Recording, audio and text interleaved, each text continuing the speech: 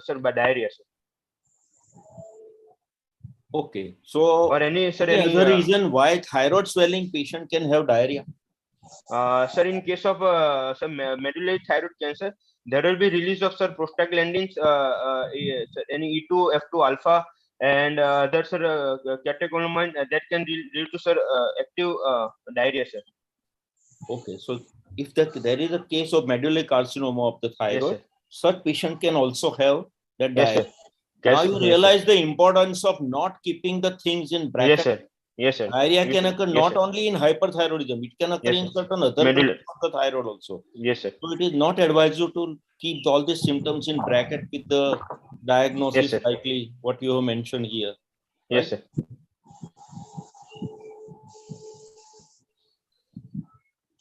Just one more point. You have written that it was approximately 2 finger breadth in the size at the time of the rapidly increased to present size as a 4 finger breadth. Do you want to interpret this size little differently than the breadth of the fingers and all that? How you will interpret this, like when you are presenting your history? This is not the right way of doing it, because I never seen somebody saying it like that. This is the first time I have seen somebody saying it is 2 finger breadth. Yes, it was, sir, ma'am, vertically the breadth of the vertical dimension of the thyroid gland. So what are the different ways of saying the size of any swelling in the neck? Mainly, sir, ma'am, region wise, right side of the lower neck that increase up to, ma'am, thyroid cartilage, or any, we should mention No, the we are landmark. talking, listen, we are talking about the size of the thyroid nodule. Okay. So Yes, you have said it is 2 finger breadth in the size. yes, ma'am. So do you think that it is the right way of saying the size? Suppose it is more than your 5 fingers, the size of the thyroid swelling, then what you will do? We would mention like 2 by 2 centimeter initially, in Yeah. centimeter. Yes, sir. Yeah, Then so increase better up. to say it in a centimeter, or Yes, ma'am. what was the traditional way of like size of a lemon, size of apple, and all those things were there. Yes, ma'am. But I think the most acceptable by every examiner will be in a centimeter. So you can say it was a 2 centimeter in the size to start with. It has increased to the 3.5 or a 4 Yes, ma'am. centimeter size Yes, to ma'am. add. So that will Yes, be ma'am. the right way of presenting the size Yes, of ma'am. a thyroid nodule. And then you can give the location of the thyroid swelling, which Location, you have perfect. already Yes. given. Yeah, that's it. Yes, ma'am. Yes, ma'am. Yeah.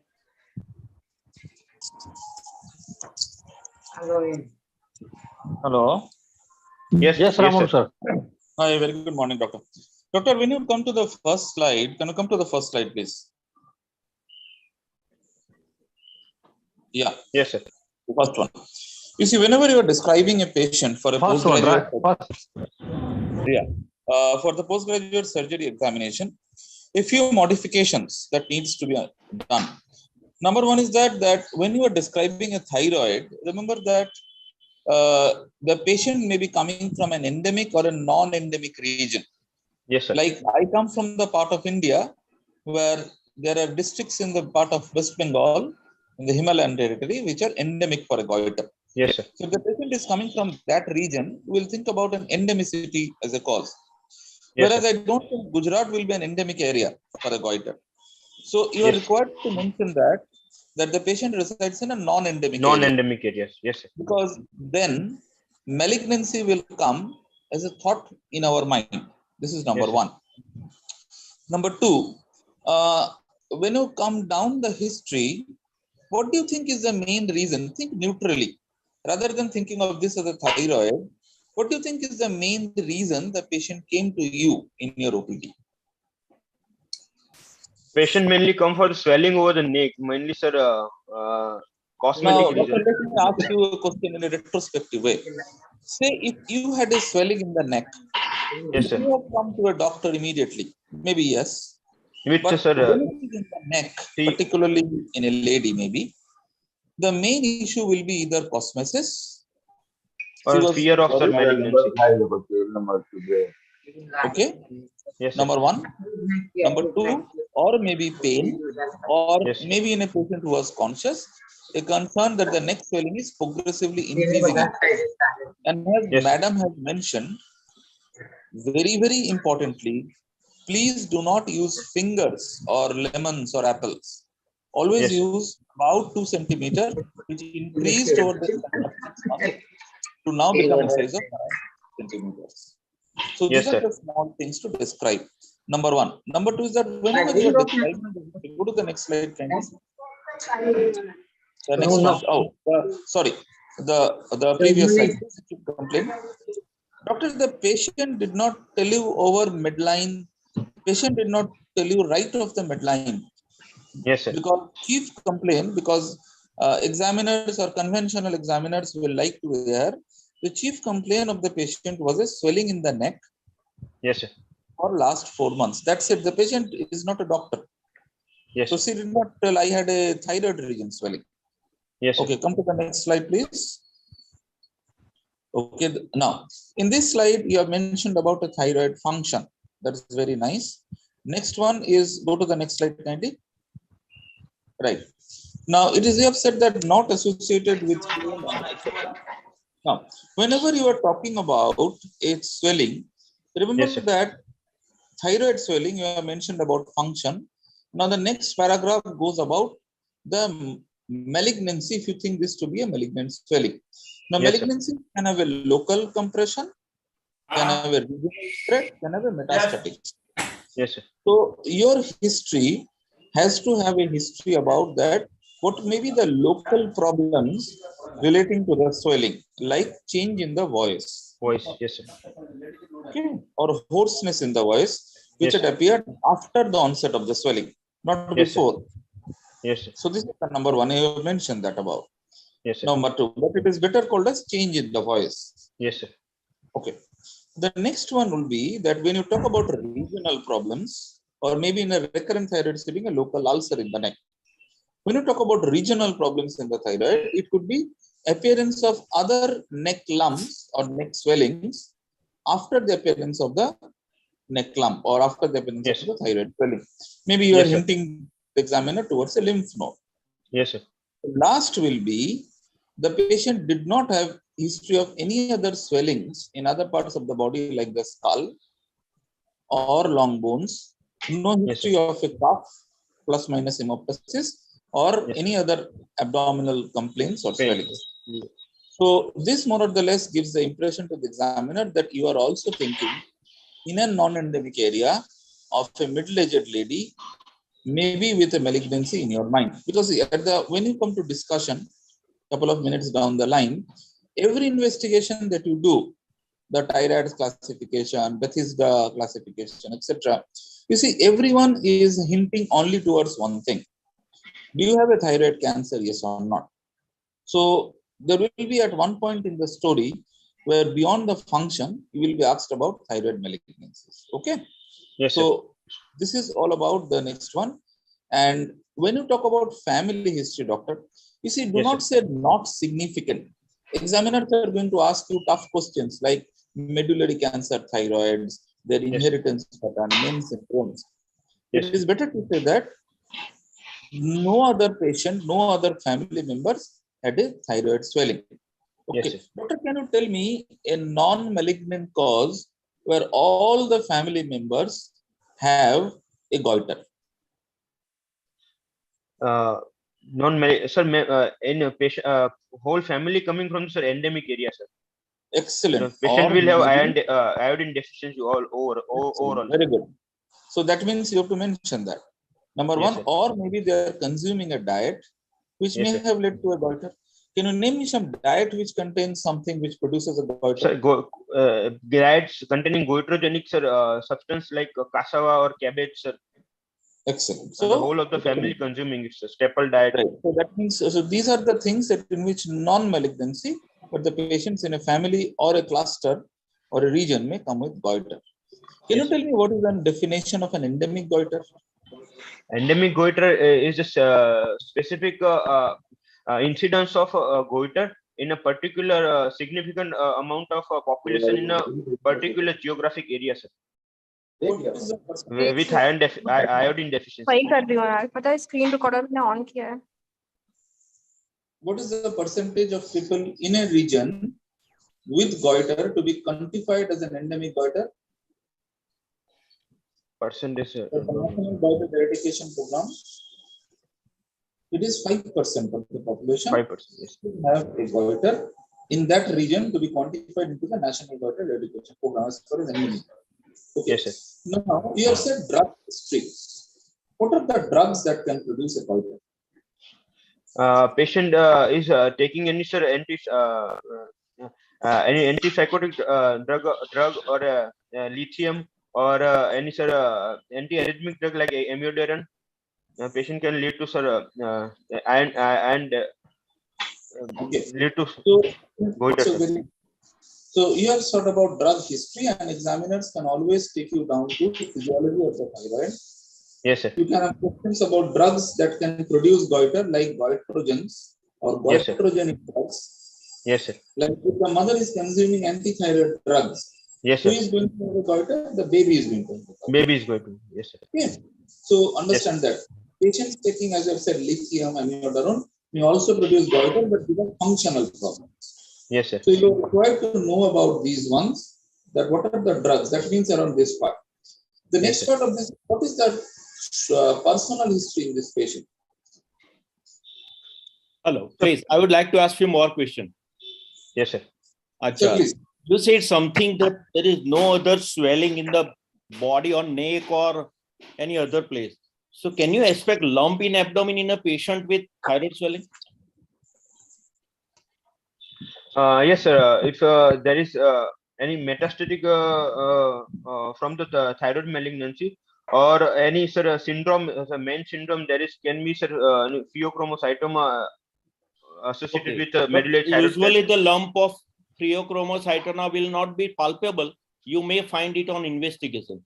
But can you suggest some disease of the thyroid gland in which you can have a palpable lump in the abdomen? in sir intestinal hematoma in case of sir any Cowden syndrome, non-medullary thyroid cancer, we can have sir any palpable abdominal lump, sir. Why you are forgetting lymphoma? Yes, sir. Thyroid lymphoma can. Lymphoma can have a palpable. Hashimoto's disease, that is also a type of the thyroid lesion in which Yes, sir. you may get lump in abdomen. Yes, sir. Second thing I would like to ask, have you asked this patient any history of radiation in the neck in the past? Yes, sir. I have asked, but patient no any significant history of the radiation exposure, so didn't So what is the mention. reason for asking that question, past history of radiation in the neck? So if a patient has taken any radiation therapy for any disease like any tinea capitis or acne vulgaris or any overall Hodgkin's lymphoma, any adenoid thymic or tonsil swelling, sir, then that leading to radiation exposure. Sir, maximum 3,000. Why we are concerned related to this swelling, past Yes, sir. history of radiation? If there Yes, is sir. positive past history of radiation, what will be your thought as far as the ET or the diagnosis of the swelling is concerned?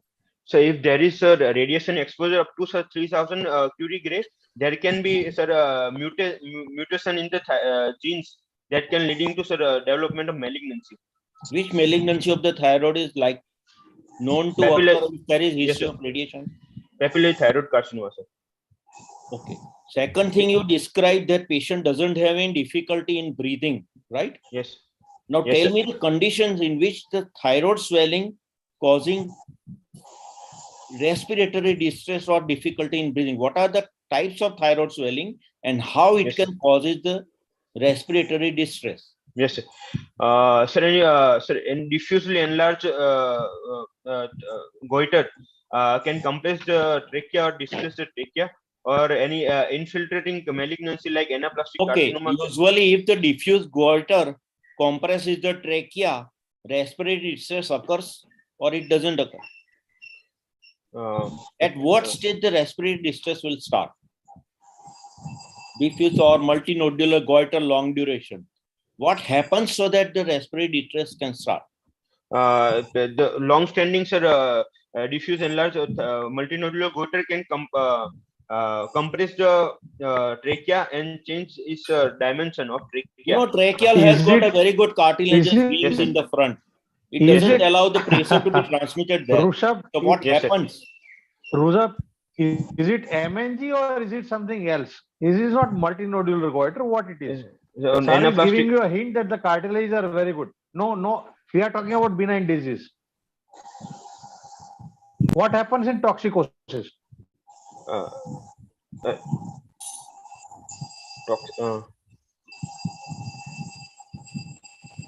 Don't know, sir. What is tracheomalacia? Why does tracheomalacia occur in toxicosis? Due to, sir, dystrophic decalcification of the tracheal cartilages, sir. Why?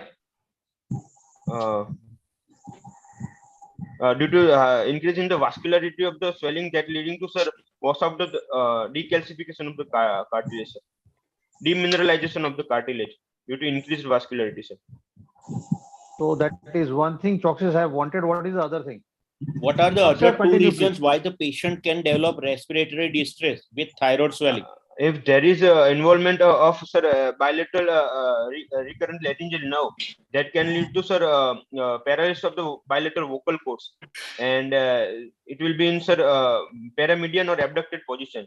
The patient will have, That sir, is the second reason. Any Yes, other sir. reason why thyroid swelling patient can develop respiratory distress?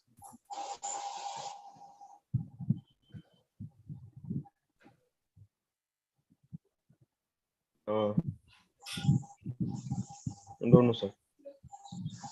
Retrosternal goiter. Yes, sir. Retrosternal There is goiter can come. in retrosternal goiter, that patient can have some difficulty in breathing. Yes, sir. Right? Yes, sir. Okay, now you said something about family history, no? Yes, so sir.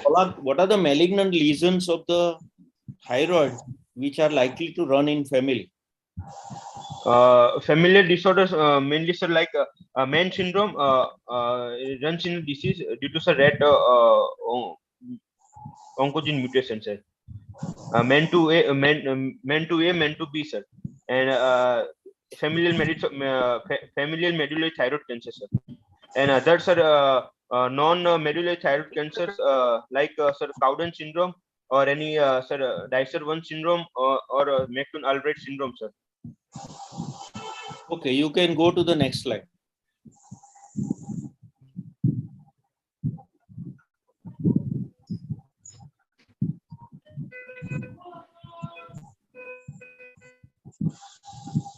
Okay, next slide. Aditya, your opinion, anything you want to ask?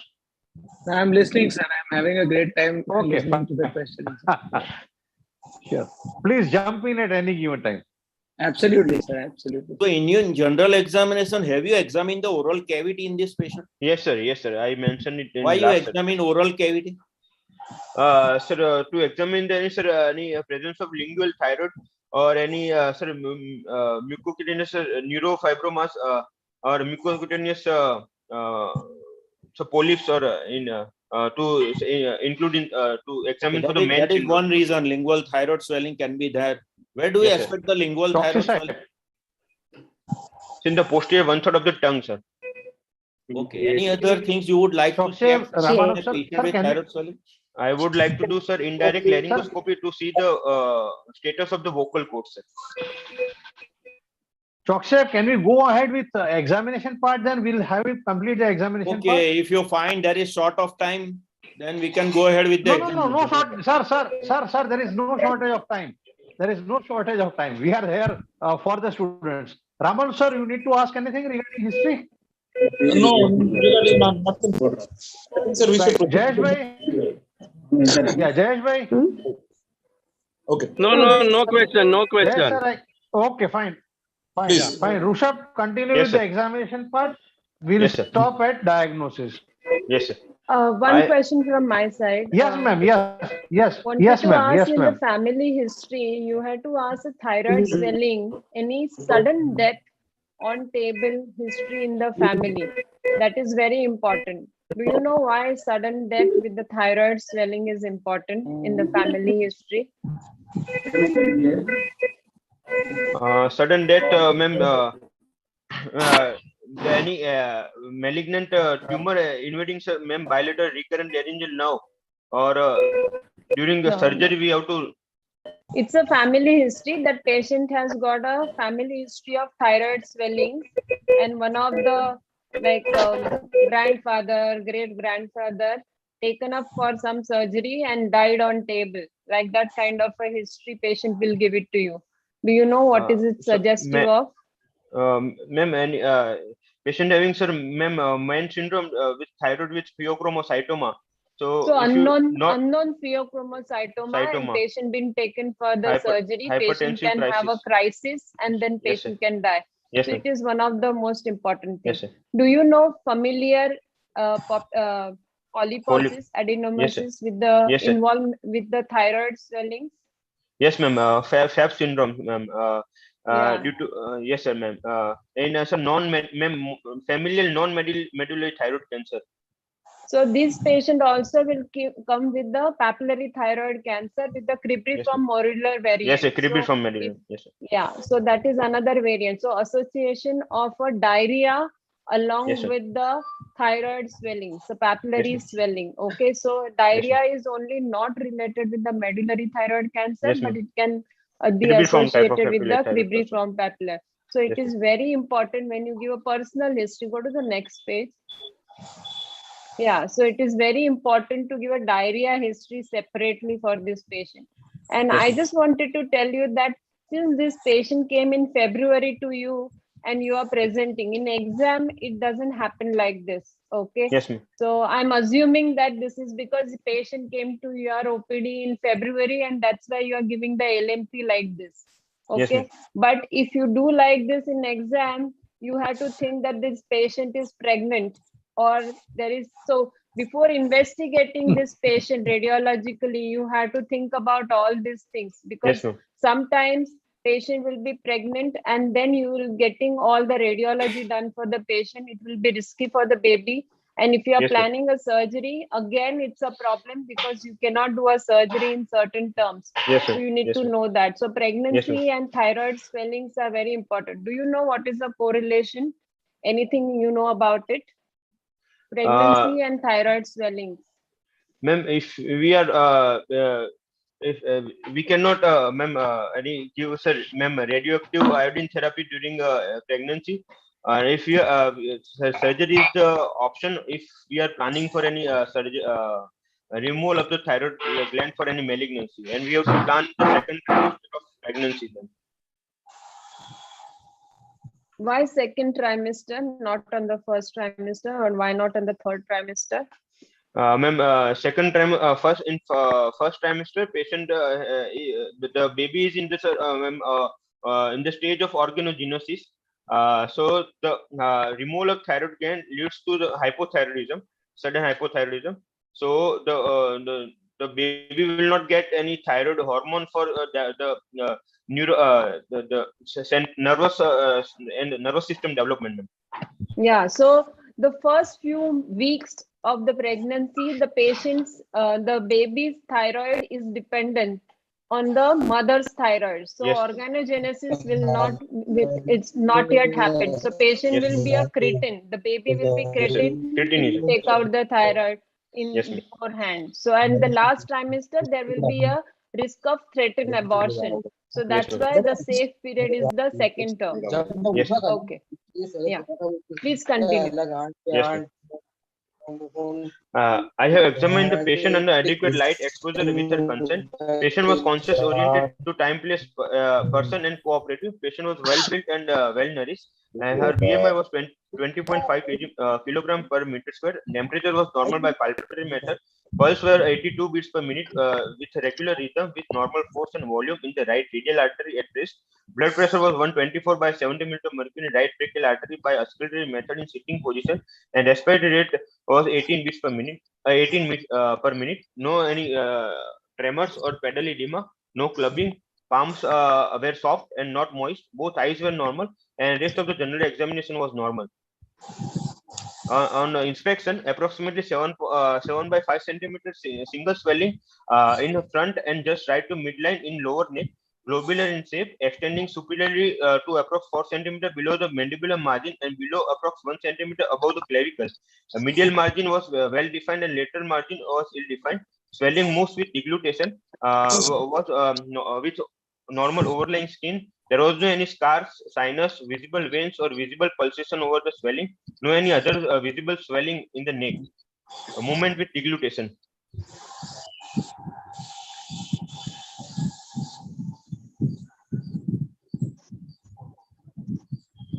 On palpation, all my inspectory findings are confirmed by palpation.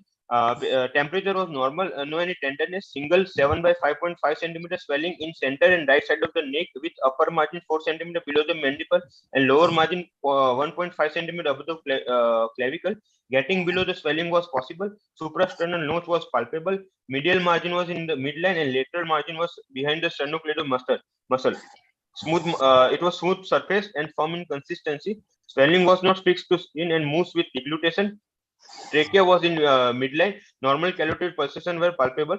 No palpable lymph nodes in the neck. No any bruit audible. Oral examination was normal and indirect laryngoscopy, bilateral vocal cords were normal. On systemic respiration, CVS and CNS all were normal. For abdo soft non-tender and bowel sounds were present. Summary: 40-year-old female patient with complaint of painless swelling over lower right side of neck, first observed before 4 months with rapid increase in size, euthyroid in status, and no any compression features. No significant past, family, and personal history. Local examination was suggestive of 7 by 5.5 centimeter size globular, non-tender swelling with firm consistency over lower neck, just right to midline, which moves with deglutition. There is no palpable cervical lymph node. Normal general and systemic examination. My provisional diagnosis is solitary thyroid nodule in euthyroid patient. It may be benign solitary thyroid nodule. It can be dominant nodule in multinodular goiter in euthyroid patient, or it can be thyroid malignancy.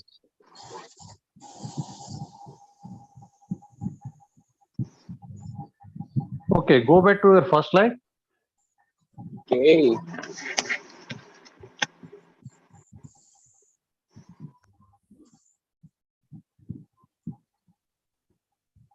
Dr. Sahib, Ramanu Sahib.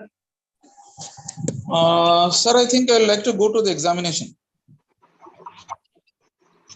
Right. Now, doctor, whenever you come to the general survey first, come to the general survey kindly. Right. You have mentioned everything right. Okay. The only point, doctor, is that if you are thinking about malignancy as a cause, you can Yes, add a ECOG score if you think the patient is having a malignancy, or yes, if you are looking at malignancy as a part of your differential diagnosis. Okay. yes, sir. Right. Go to the next one, please. Right. Now, these are again a part which you may describe when you talk about the thyroid examination. Or now go to the next slide, please. Now, whenever doctor, it is better to talk about that I have seen the neck, the thyroid and the neck. Okay, rather than talk about local examination, which is a better way Yes, of sir. saying. Neck Now, examination. the first question, doctor, is that you have said many things about description. The question number one is that why did you feel this swelling is at all a thyroid swelling? The mainly, sir, the area of swelling, sir, the region.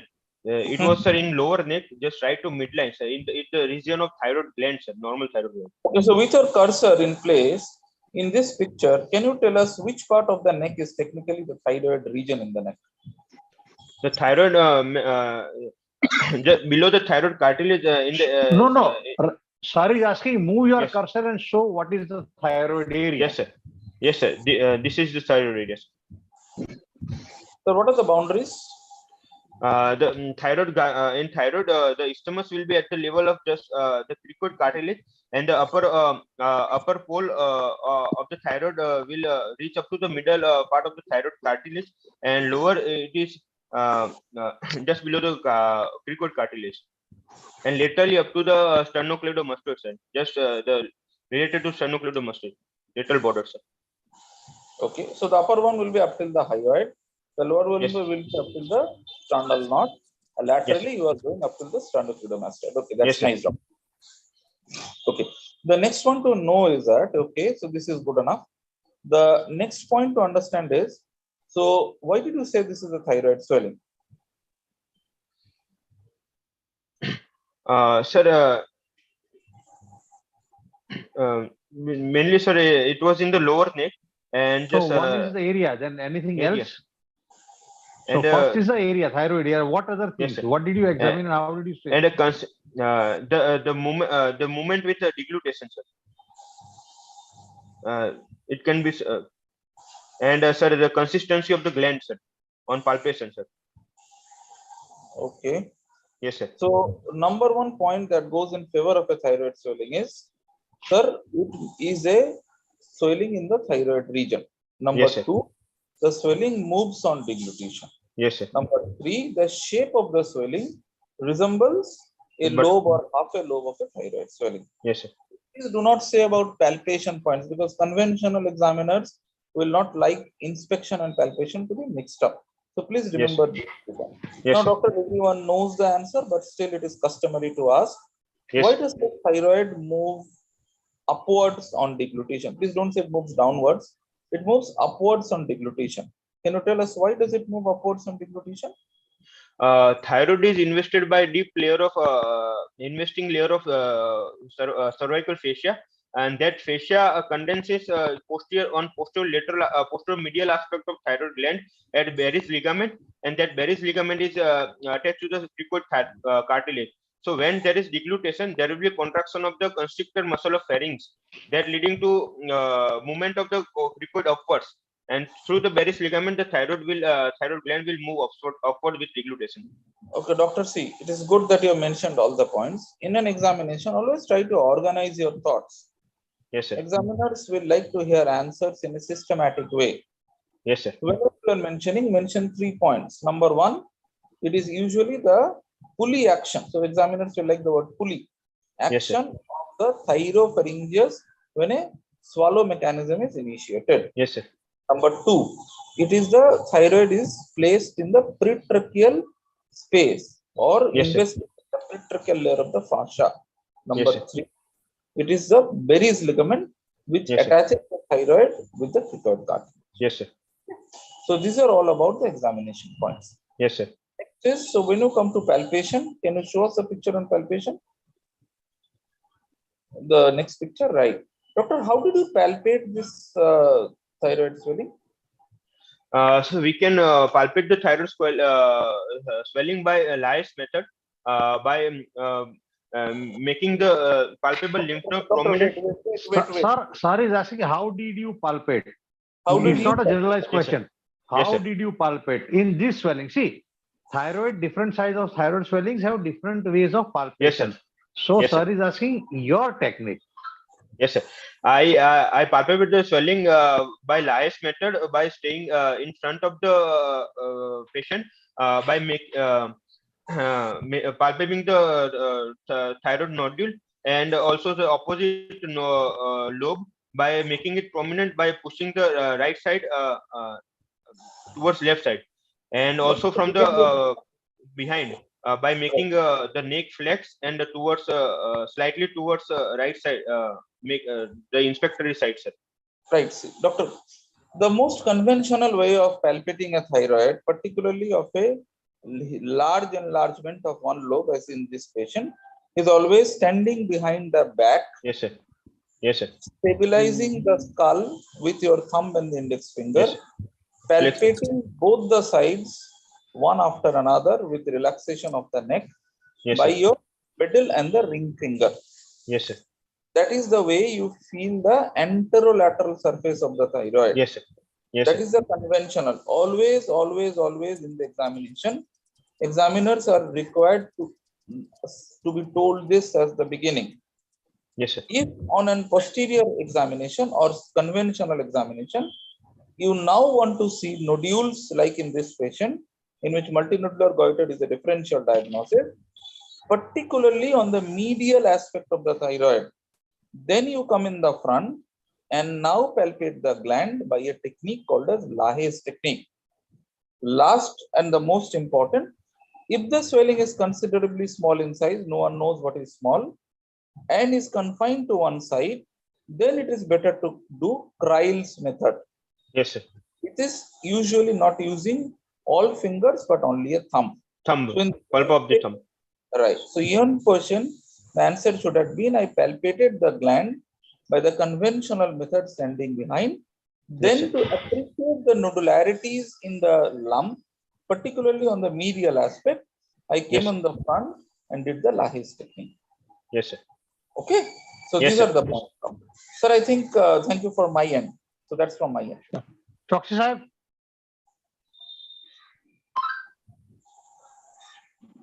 Choksi sir. Jayesh bhai. Yeah, Dr. Anuja. No, So, anything to do with the protrusion of a tongue? Do you know Tongue, any yes. swellings with the protrusion of tongue? Yes, And do you ma'am. want to If- add that in your examination part? Ma'am, thyroglossal cyst formation. Mainly, it will be in the midline of the neck, in upper part. So it will protrude with the tongue, ma'am. So, do you want to add in your examination any Uh, anterior swelling in the neck if you have it? Ma'am, my So, miss, do you my want to swelling add was that? mainly in that the patient presented swelling in mainly, ma'am, in lower neck. Still, Rushabh, madam is saying still in almost all patients with a smaller thyroid nodule, you should always say that the swelling is not moving on protrusion of tongue. As you say, it is mobile on deglutition. You should Yes, always say that it does not move with protrusion of tongue. You just Yes, sir. rule out one more swelling in Apurva the neck. bhai, may I add one thing? Yes, sir. Yes, sir.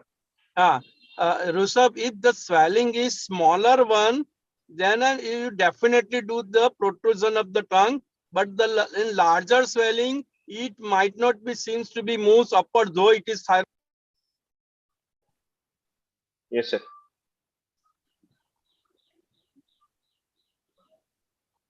Hello. Hello.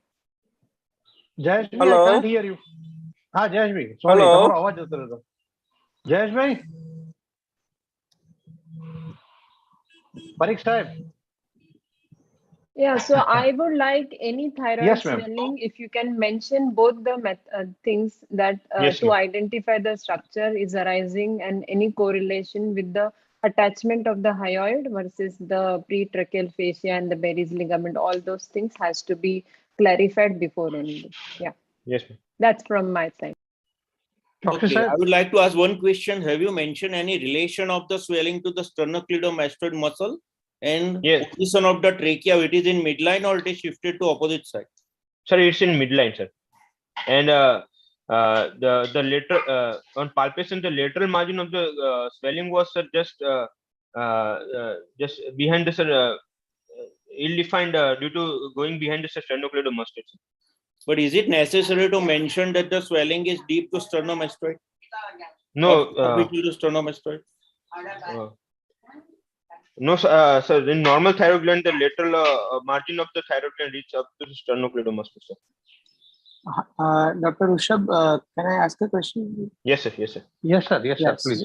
So, what were your methods, as Sir said, Dr. Choksi said, about both things, whether the trachea was deviated or not, and whether the swelling was fixed to the sternum? What were your methods to ascertain that the trachea was in midline and it was deep to the sternomastoid? How did you ascertain that? Yes, sir. Sir, I piped with the trachea by three-finger method by putting two of the finger at the, sir, medial end of clavicle and palpating the trachea in the sternal, just above the sternal notch by the use of middle finger, sir. Yes, sir. To palpate the trachea, sir. Which are the conditions in thyroid where you would find the trachea to be deviated on either side? Diffuse enlarged multinodular goiter or any anaplastic malignancy of the thyroid gland. Okay. What about sternomastoid, the relationship with sternomastoid? At the lateral border was ill-defined due to going behind the sternocleidomastoid. We can palpate the sternocleidomastoid, making it taut by asking the patient to move head towards opposite side against the resistance by placing the hand over so the that face. is making sternomastoid taut. But Taut. can you say with certainty that the sternomastoid was free, or was it attached to the thyroid gland, or was it separated? No, it was free, sir. So how did you ascertain that? To identify the we have to make the neck relax to same side of us, palpating sternocleidomastoid and insinuating the fingers over medial aspect, medial border of sternocleidomastoid. Yeah, simply that. Yes. Yes. Okay, fair enough. What about the palpable pulsations in the neck, carotid pulsations? Carotid pulsation were palpable, sir. Where it is usually No. palpable? Where What it is the anatomical was it focus palpable point? at When the will you normal palpate side? it? Yes, sir. So It was sir is palpable. asking. Sorry. It was palpable at the normal site at the medial border of the sternocleidomastoid muscle at the level of Adam's apple. It was I palpated against At the level of Cassette- Adam's apple or some other place? at the against the Cassinic tubal transverse process of C6 vertebra, sir. No, any anterior relation you can mention? Anterior relation. Something apart from Adam's apple, sir is asking. Middle the mid of the medial border of sternocleidomastoid, sir. That is right. Medial border is correct. Bony. Any other transverse landmarks where vertical landmarks rather, where Vertical. you can The angle of the it's upper border of thyroid cartilage. Yes, sir. Upper border of thyroid. Right? So what are the different variations that you find in palpable pulsations? The pulsation couldn't be palpable if it is the carotid seat is displaced towards laterally in diffusely enlarged multinodular goiter, or any enlarged or it if carotid seat is infiltrated with malignancy, sir. The carotid pulsation will not be palpable, sir. So it may not be palpable, or it may be displaced laterally, right? Yes, sir.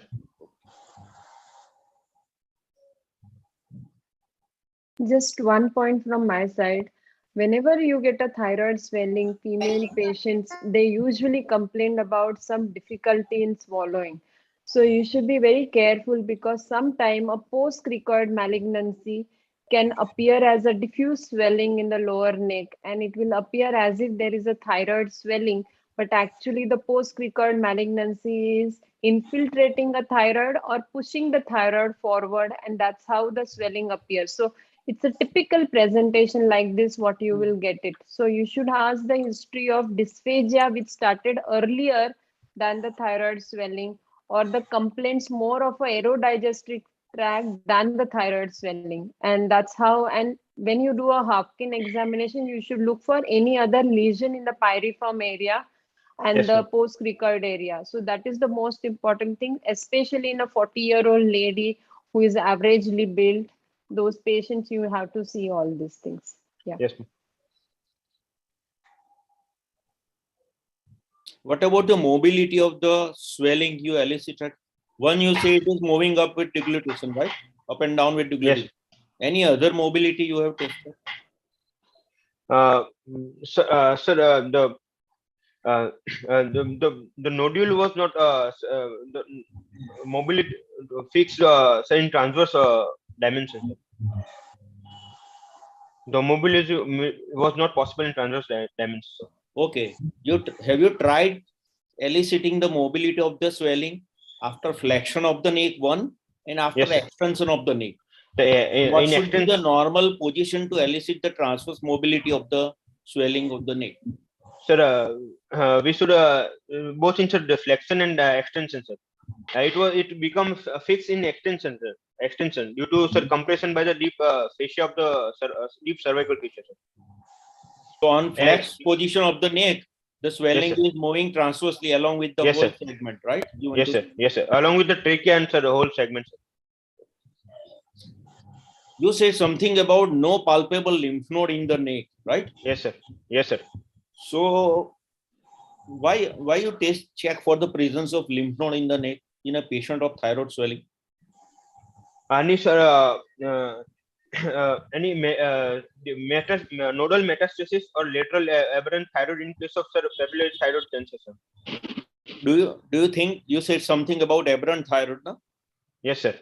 So is it a fact that the aberrant thyroid will be at all present laterally? No, sir. It will be the metastasis from the thyroid malignancy only, sir.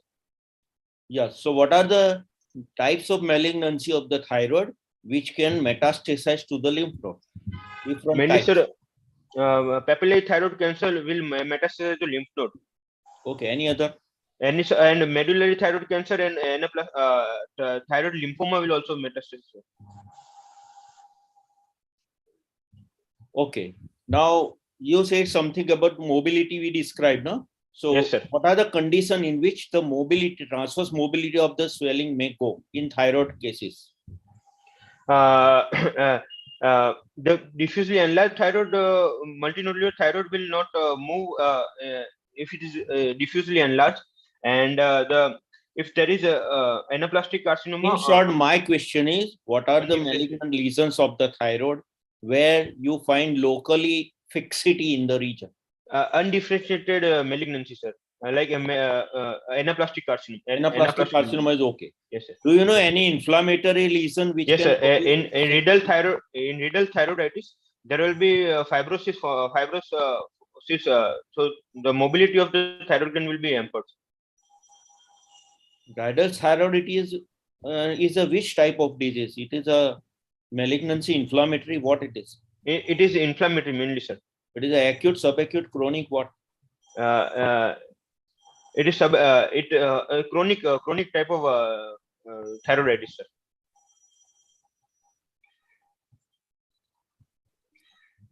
Okay, if the palpation is complete, we can proceed to the next slide. Jayesh bhai, Parik sahib. Okay, fine. Go to the next slide. Dr. Ramanu, sir. Okay, sir, I think that, okay, sir, I think we should go to the discussion. Diagnosis part? Yeah, Yeah, sure. the diagnosis and then the discussion. Just Yes, one yes, yes. point about the oral Yes, ma'am. examination. Yes, ma'am. Oral examination is normal, but if you have to tell the lingual thyroid and other things, it comes in the oropharynx. So if you want to say that the oral cavity, along with that, you should add up like a oropharynx is normal. Yes, sir. That yes, should be just to add it to that. Yes, ma'am. Yeah. And second, whenever there is, you want to examine the tremors for the tongue, then also oral cavity examination is also part of that. Yes, yes, sir. In toxic cases where you suspect. Yes, sir. In fasciculation of the.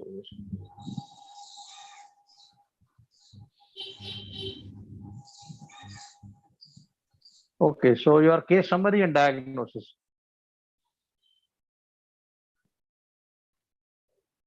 So what is the importance of the age of a patient in a thyroid swelling? The malignancy, the differentiated malignancy will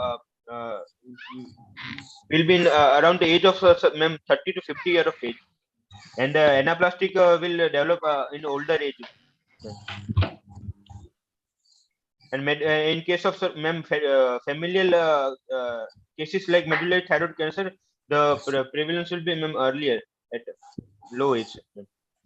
So it is like a extremes of the age. It is very important that in a thyroid swelling, you will have the malignancy on a higher cards.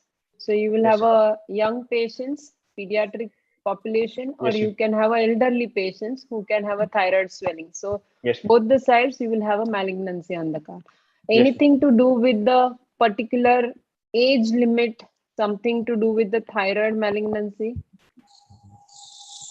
Suppose she is 45-year-old, or suppose she is 55-year-old. So anything will change? Are you aware about the age cutoff for a malignancy and to decide the staging? So yes, sir. The risk criteria? According to American Thyroid Association, the 40 years of age will be the criteria to differentiate between the risk to low, intermediate, and high risk patients. That has changed sometime back. 50, yes, ma'am. 50. So it was 45-year-old as was the cutoff for the age for considering the patient low risk versus the high risk. So recent guidelines, it has now changed to 55. 50 year. 55, not 50, 55. So it was 45, now it has changed to 55. So that is the significance of asking the age in a thyroid patient. So the patient who are less than 45, they will be always stage 1 or stage 2 only. They will not go to the stage 3 or 4. The high risk patients are the patients who are more than 55, and then you will have the criteria for the staging, and they will have a higher stage. Okay. Yeah. Yes, ma'am. That's it from my side. Okay, so what is your clinical diagnosis? My provisional diagnosis is solitary thyroid nodule in a euthyroid patient. It may be benign solitary thyroid nodule or any dominant nodule in multinodular goiter in euthyroid patient or thyroid malignancy. So very likely a benign thyroid nodule, right? Okay, Choksi Sahib? Yes. So what will you do? How will you proceed now? This is your one diagnosis and two differential diagnosis, right? Just Yes, one sir. point about his provisional diagnosis. He said benign solitary thyroid nodule. It appears as a diffuse thyroid swelling to me. And then the second diagnosis is multinodular goiter. So same patient, he is giving a solitary thyroid nodule as a one differential. Next is multinodular goiter also. So Ma'am, you have to decide one out of it. Ma'am, there is multinodule, dominant nodule that increase in the size against the background of multinodularity in the rest of the parenchyma of thyroid gland, which is not visible on inspectory finding. So I feel this patient has not got a solitary single nodule as such. The entire gland was diffusely enlarged for me. Yeah. At least So I also think not. that it's a whole right lobe is enlarged. Yes, sir. Yeah. So I will not give it as a benign solitary thyroid nodule. You can say the diffuse thyroid swelling, thyroid nodule, right side, and multinodular goiter. You can give it like as a differential or a thyroid malignancy as a third. Yes, ma'am. So how will you proceed with the investigation? See, madam has already put in so much confusion. Now you need to point out what is the diagnosis. Yes. So how will you proceed with your investigations? I will first go for the thyroid function test, TSH, free T3 and free T4, and ultrasonography of the thyroid gland, sir. So what do you expect? See, ultrasound is different. What do you expect for T3, T4, and TSH? Sir, I will, sir, sir, it was patient was euthyroid totally in sir, free T3, T4, and TSH was normal in this patient, sir. Right. Ramanu, sir? Okay, continue with the ultrasound. Okay, why it's a euthyroid patient in normal TSH, you mean to say? Yes, sir. So when it is a compensatory euthyroidism, that you agree with that?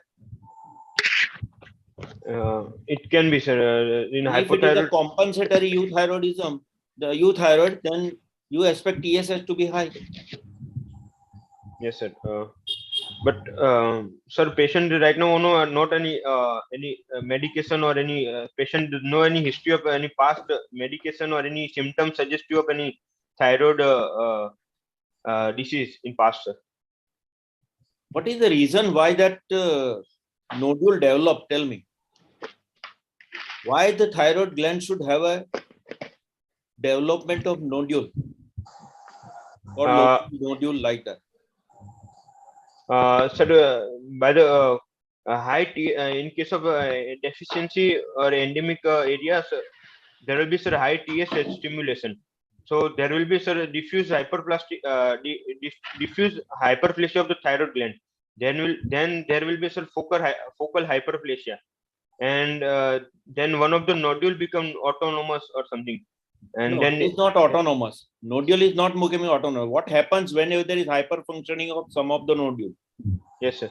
So that it develops to development of lobule and then nodule clinically. Yes, yes, that fluctuating levels. Yes, fluctuating levels of TSH, right? Yes, sir.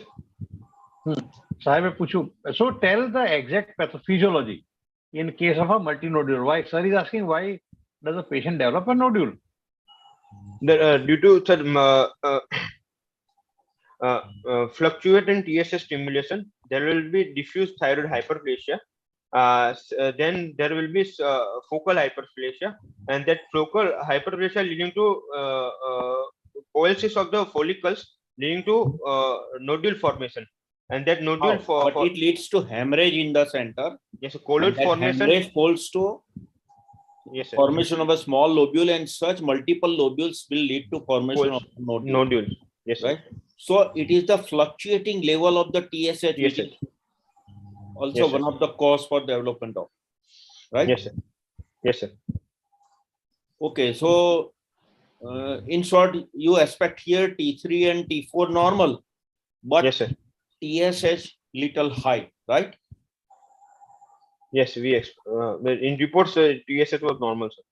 Okay, in this patient there is compensatory mechanism by which TSH is normal, right? Yes, sir. Okay, now what will you do? If T3, T4 and TSH is normal, what will be the next step? Sir, I will go for the ultrasonography of the thyroid gland, sir. Okay. Next. So what you want to know by ultrasonography investigation in thyroid swelling? I will check for the nature of the thyroid nodule, sir. It is whether it is solid or cystic. There any architecture of the nodule and vascularity of the nodule, sir. Or any other thing you want to know? Shape and margin of the nodule, sir. Okay. Or whether there is any microcalcification is there or not, sir. Okay. Yes, sir. Dimension. Apart from your swelling, do you want to see anything else? Mainly, sir, on the opposite lobe of the thyroid gland. Is it normal or not, sir? And lymphadenopathy is there or not in cervical lymph nodes? So what is thyroid's grading? Thyroid's grading, there is 6 grading of the thyroids. It's a thyroid imaging, reporting and data system, which differentiate the risk of the malignancy. It is in thyroids 1, the normal thyroid gland. Thyroids 2 will be benign. Thyroid 3 will be benign, probably benign. There will be approximately less than 5% risk of malignancy in thyroid 3. And thyroid 4, there are characteristics on USG. 5 points. There is solid component, then irregular margins, then microcalcification, then the dimension taller than wider. Yes, and hypoechoic and hypoechoic by lesion. Yes, sir, hypoechoic lesion. So the whole score will be given to all the 5 points in on ultrasonography. So type 4 will be suspicious of malignancy. It will be divided in 4A, 4B, and 4C. So score 1 is for 4A, and which will be 5 to 15% risk of malignancy, and 4B will have 2 score, and 3 will have 3 to 4 score, and which have malignancy risk of 15 to 18%, 80%. And in 5, all the 5 scoring system will be positive, and will have more than 80% risk of malignancy. And type 6 will be biopsy proven malignancy, sir. Now suppose on ultrasonography, yes, sir, there is a single huge cystic lesion. Yes, sir. On one scenario, and in Yes, other sir. scenario there are multiple cystic lesion, and in Yes, sir. third scenario there is a solid region. How will you proceed in all the 3 cases you explain? If there is a large single cyst is there, I will go for the aspiration of that cyst, sir. Any fine needle aspiration biopsy, sir, first.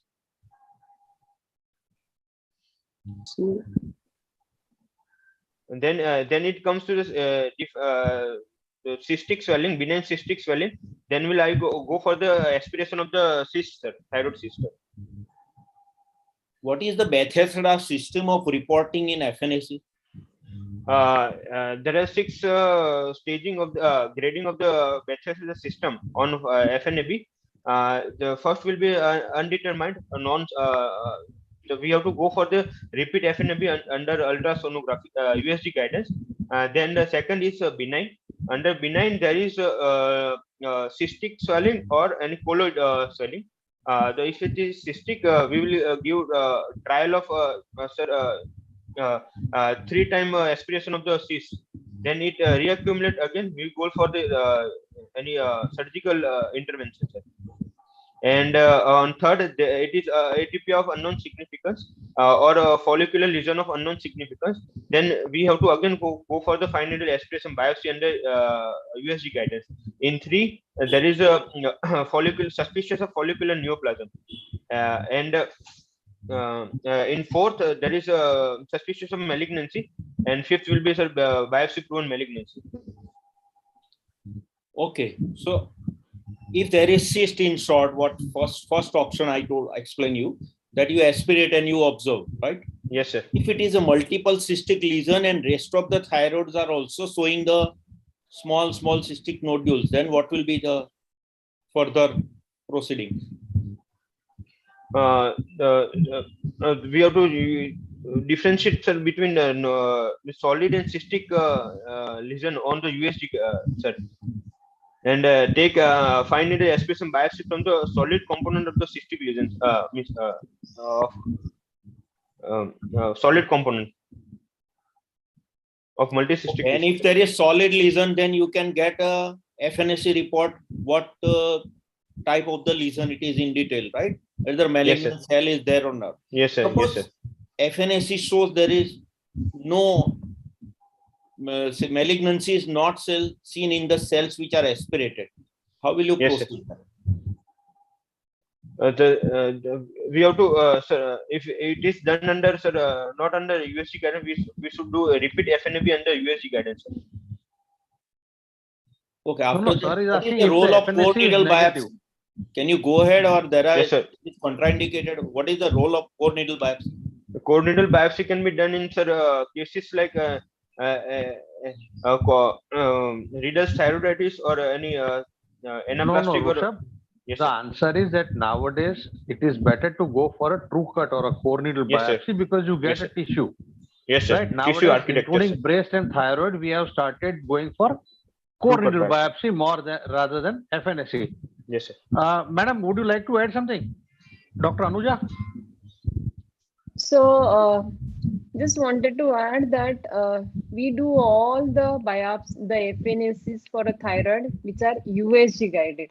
So the yield increases, and what we use is the method is the FNAC, because you know that the thyroid is a very vascular structure. So where you want the information, first you will do, first gold standard is doing a FNAC alone. When you want to do some molecular markers on the thyroid tissue, or there is a difficulty in diagnosis, and maybe you are not going to operate this patient, then the role of a core biopsy comes into the picture. So lymphoma, anaplastic carcinoma, a poorly differentiated thyroid cancer where you're not getting a diagnosis, you want to do a molecular markers like a BRAF, or you want to do a lymphoma markers, there you will do a core biopsy, because when you do a core biopsy, there are chances of a bleeding, because thyroid malignancy and even the thyroid itself is a vascular structure. So you will do a high frequency probe you will use, and you will do a guided kind of a FNAC or a guided core biopsy from the area which is the most suspicious area. No more we do a palpatory method FNAC for a thyroid in today's era. The another point what I had to tell you is the size of the thyroid nodule is very important to do whether you require a FNAC for this patient or no. You never mention about the size of the nodule. The other second thing is what you have to see is what is the echogenicity on a USG. So whether it is a spongiform, whether it is a hypoechogenicity or a iso to hyperechogenicity. So you have to differentiate the nodule on this echogenicity, and then you will decide whether this patient require a FNAC or no. So there are criteria in a spongiform or a very benign kind of a nodule, less than 1.5 centimeter, you will not do the FNAC. So if the size increases, then the chances of malignancy increases, then only even in the cystic component, you will put a needle. So the size criteria and the USG characteristics. So if you have all benign characteristics and a smaller nodules, you will not do the FNAC. Okay. So So that is the most important thing. And even in a malignancy, a less than 1 centimeter nodule, a smaller sub-centimeter nodule, you will not do the FNAC unless the patient has got a high risk criteria like a radiation exposure, family history, some kind of patient had a medullary thyroid cancer in the family. All this patient, you will poke the needle and do the FNAC. Otherwise, sub-centimeter, you will not do the FNAC. So you have to remember the criteria where you will do the thing. And all these criteria are the sono criteria for a papillary thyroid cancer. If you have a follicular thyroid cancer, the criteria of the sonography are more or less towards the benign. So there will be ISO 2 hyperechogenicity, there will be a regular border, they will be round in shape. So again, it is a very difficult call only on the sonography to decide whether it is a malignancy versus no malignancy. So it can be a follicular cancer also, which will be like looking like as a benign thyroid swelling. So you will require a FNAC if the size of the nodule is a larger nodule. Okay, so these are the criteria. And you will do the color Doppler to see the vascularity of the nodule also, which is the another thing, added thing, what you will do it with the sonography. Any eccentric solid nodule will be highly suspicion for the malignancy. Yeah.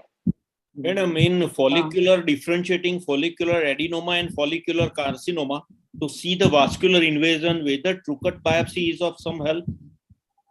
Because it's not possible to differentiate by FNAC, no?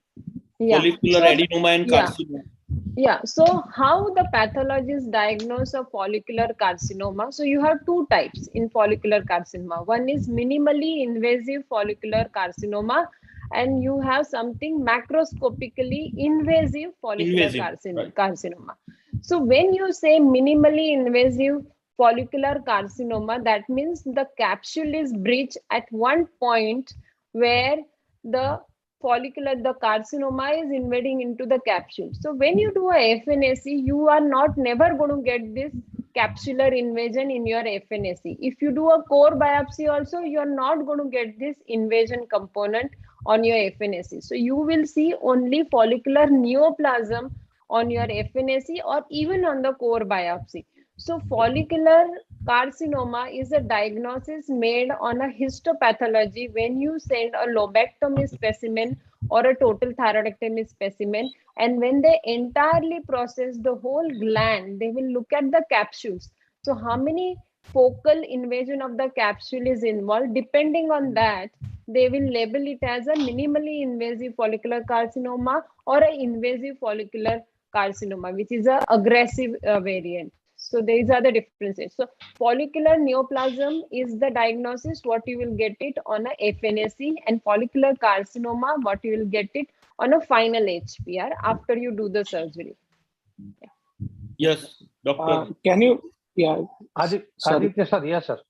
Yes, sir. So Rishabh, can you repeat the USG characteristics that would tempt you, or that you would be looking out for in terms of looking out for a malignancy? Sir, I would look for the solid component, then the irregular margins. Third is hypoechogenicity. If it is hypoechoic, there is more chances of malignancy. Then fourth will be the dimension, size. If it is taller than wider. And the fifth is vascularity of the thyroid gland. What is exactly? I wanted to come to what is taller than wider? I know this because I learned it from Dr. Anuja when I was in Tata. So I've stressed on it importantly because she was the one who told me to do that. So tell me, what is taller than wider? Yes, I don't know. So it's an ultrasound characteristic, right?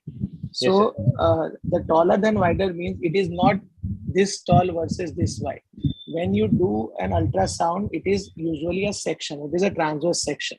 So in that, a taller image will be the one that is more infiltrating in the substance of the thyroid, and a wider one will be more superficial and more on the surface of the thyroid. So taller than wider would mean that it is infiltrating the substance of the thyroid, the parenchyma of the thyroid, and hence it is more likely to be going towards a malignancy. Now, studies have shown, the studies by Dr. Mahajan et al. Have also shown that is one of the most important characteristic feature that has got the highest sensitivity towards proving that the lesion is a malignant. So that is something that you should stress on, and you should know what is taller than wider. Yes, sir. And microcalcific. Rushabh, stop sharing the screen and make it a gallery view. Okay, And so these are 5 very, Go ahead, sorry. Go ahead. No, so these are all 5 very standard characteristics that are seen. So these are the ones that you should know verbatim exactly how it has been mentioned in the AT guidelines. Yes. Okay. Now, any other investigation can be of help in such a patient? You said blood estimation for T3, T4, TSH. Second, you said something about sonography. Madam has narrated in depth about the fine needle aspiration, cytology, and role of Chukat biopsy. Any other investigation can be of help for clinching the diagnosis in such patient? See if there is any suspicious retrosternal extension of the thyroid gland, we should go for the CT scan of the neck, sir. Only if it is retrosternal, not in routine cases. If you find it's a large swelling, you may say probably a lymphadenopathy on there is palpable lymphadenopathy in the lateral and central compartment of the neck, sir. We should go for the sir. I would go for the CT scan of the neck, sir. I think in modern times, the threshold for getting a CT scan done should be very low, especially when we are considering, a potential malignancy or a centimeter that is potentially T2 or more. Even if it's a kind of a benign, I think we should go for a CT scan because there are lots of things to be learned from CT scans. Any role of MRI in this patient? Such patient, MRI? Any sir involvement in case of sir any anaplastic and medullary thyroid cancer, we should go for MRI. What you want to know? Which can be focused well by MRI, which cannot be seen by CT? Locally advanced carcinoma, sir. So local invasion, margins, and excess spread can be well defined in MRI compared to CT. Yes, sir. What is the role of radioisotope scan? That is also a big topic. Role of radioisotope scan. Radioisotopes can in pre-op it should be done in case of any hypothyroidism if there is low TSH only, sir. And in post-operative management of malignancy for follow-up patients, sir, we should go for the radioiodine scan, sir, with along with the serum thyroglobulin levels. The post-operative means after total thyroidectomy, lobectomy, or subtotal thyroidectomy. After total thyroidectomy, see, to check for the remnants, any metastasis, and regular follow-up for recurrence. I want to rephrase the question what you have asked just now. In differentiated. Rushabh, listen to madam. Yes, sir. So just want to rephrase what Dr. Choksi has asked the question, sir was saying. So what is the indication of doing a pre-operative radioiodine scan in a thyroid patient? So what is your indication? Pre-operatively. Pre-operatively. Let's not discuss about the post-operative radioiodine scan. So earlier, old age, everybody used to do a thyroid scan for the patient. Any thyroid swelling, go for a thyroid scan, go for the sonography, go for the FNAC. So now there are certain criteria which are in place so that in certain group of patient only we will send the patient for a thyroid scan.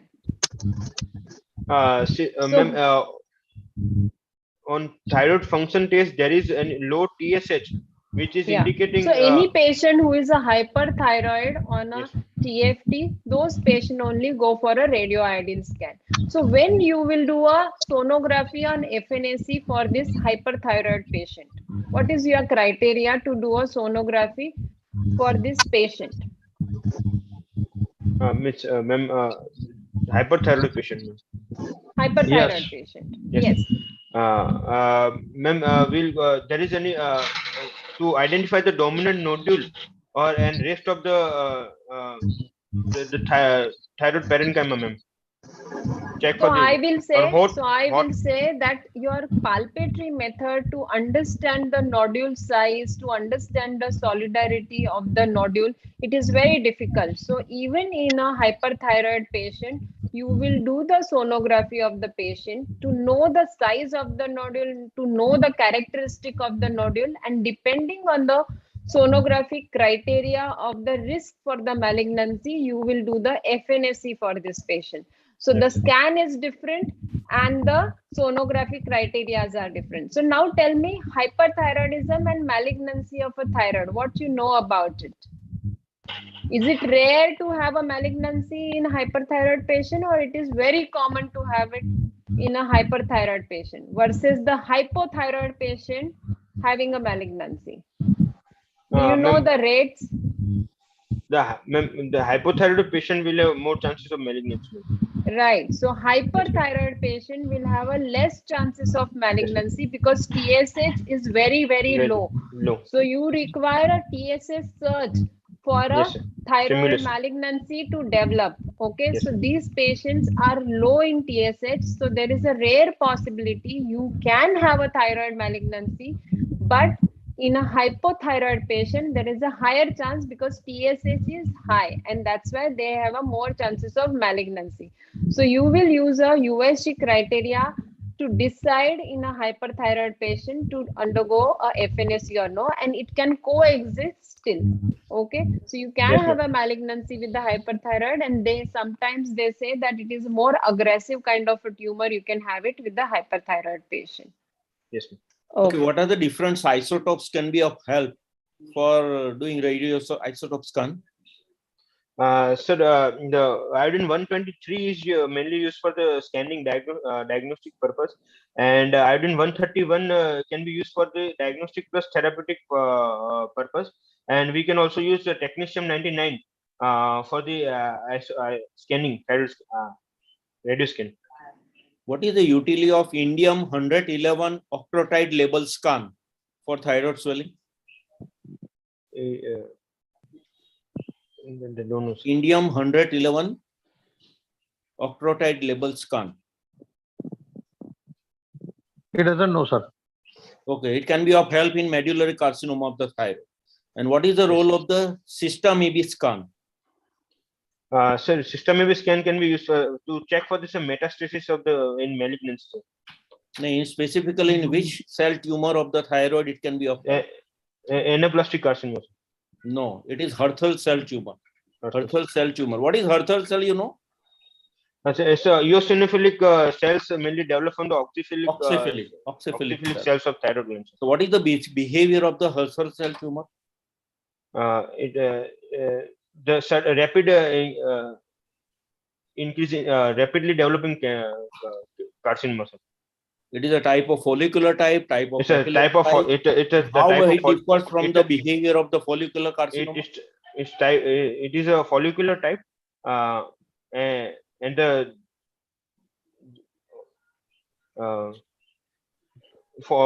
is a type of follicular neoplasm, and the histological type will be different for Hurthal cell. What is the difference in the behavior of Hurthal cell tumor compared to follicular carcinoma? Clinical behavior, Ushab. Please, sir. Please tell. Usually, follicular malignant cell doesn't go to lymph node. It is the vascular spread. But some of the Hurthal cells can go to the lymph node, about 5 to 10%. I think Madam can explain in detail about these two lesions. So follicular carcinoma has got a hematogenous spread, and it is a so you can have a distant mets and not having so much of a lymph node propensity. So follicular carcinoma, you can have a bony mets, which is a very classical common thing what has been seen. And Hurthal cell tumors are like similar to the follicular carcinoma. They again will have a distant metastatic, that's a hematogenous spread, and will have some component of a lymph node metastasis. The most common thing about the Hurthal cell is the radio resistant. So they may not pick up the radioiodine. That is the most important thing in a Hurthal cell, and can be a locally aggressive tumor. So that is it about the Hurtle cell. And you have to treat it very aggressively because they are considered as a high risk pathological criteria. So if you consider the papillary versus the follicular and Hurtle cell, so follicular and Hurtle cells are considered as a aggressive histology. Okay. So radioiodine pickup is less in a Hurtle cell. So it may not be responsible how they are responsible in a papillary thyroid cancer. So local treatment takes the precedence in that patient. Yeah. I would like Ramanu, to sir? come back to. Oh, yeah, Dr. Aditya. Sorry, please. Yes, sorry. So I would like to come back to the CT versus MRI thing. As Chopsy sir very well mentioned about the characteristics of advanced thyroid cancer, which may be distinguished. Anything specific with regards to locally advanced type of thyroid cancers that you can say that can be picked up by MRI?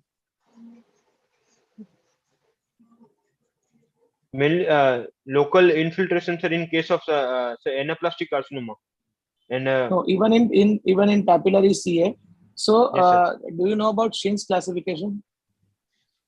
Since classification, don't know, sir. So Shin's classification is for those tumors of thyroid that are invading the trachea. It has been devised specifically with that in mind. There are 4 stages of Shin's classification, which I think at your level you will be required to read. So it divides the extrathyroidal disease abutting the trachea into 4 parts. Stage 1 is the disease that is just abutting the airway. Stage 2 is the disease where invasion of some of the cartilaginous rings is present. Stage 3 is when it invades the submucosa of the trachea, and stage 4 is when the disease involves the mucosa of trachea. Now, this is very important for the management, and as sir mentioned, that this can be picked up nicely on the MRI, where we can classify it as per the Shin's classification, because this will have an impact on the management, prognosis, pre-op counseling, and post-op course of the patient, and whether you will go for an aggressive surgery, some tracheal resections or not. So these are the things that you have to know pre-operatively.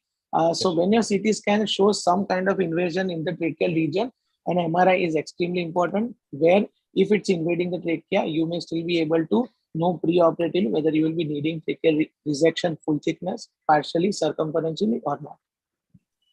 Yes. Dr. Just to Aditya, add, yes, sorry. just a request to just type in the chat the name of the classification you just said Yes, yes, for the benefit yes, of everything. Yes, ma'am. yes, sir. Sorry. So just to add what Dr. Aditya has said, the Shin's classification basically came up from the pathological classification. Shin was a pathologist, and when he looked at all the papillary thyroid cancer, he looked into the tracheal invasion by the papillary thyroid cancer. So it was a histopathological classification which starts with 0, ends with the invasion into the intraluminal thing, which is seen on a bronchoscopy.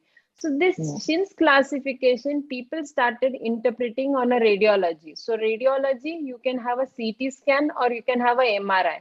You add MRI or CT scan to see the esophagus also, and you to see the trachea also, and to see the external perichondrium, to see the inner perichondrium, and invasion as a mucosal lesion inside the trachea, and how many rings are involved and all that.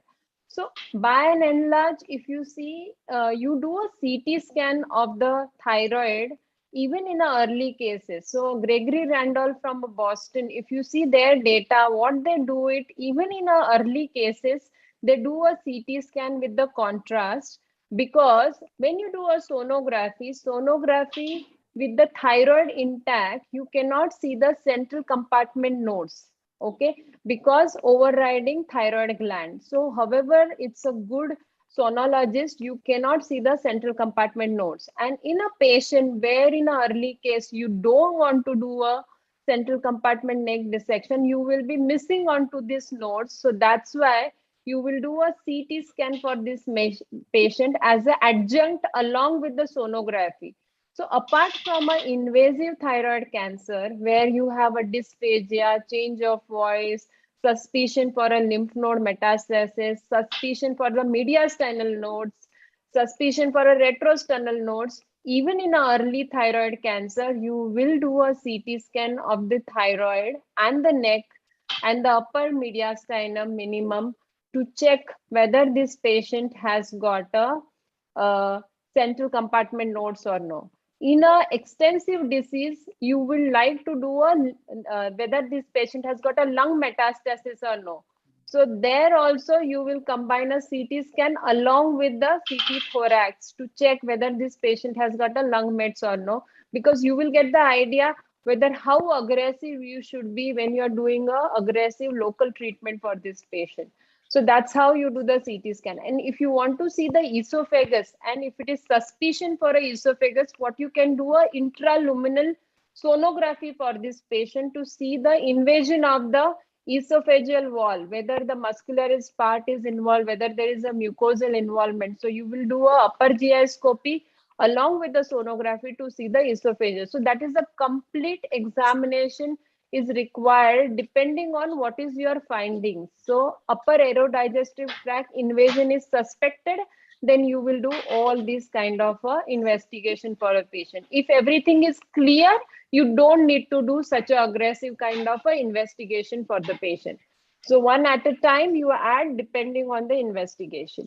And CT scan was a fear in the past days because we used to think that the iodine is there in the contrast and it interferes with the post of radioiodine management. But nowadays, what they use it gets cleaned off in a 4 weeks time, and it is a dissolvable, so water soluble iodinated thing. So it gets washed out from the body, and it is safely to do the radioiodine scan after 4 to 6 weeks. And there are lots of study things are there where it is you can go ahead and do the CT scan. So there is no fear that it is a thyroid and you cannot do a CT scan.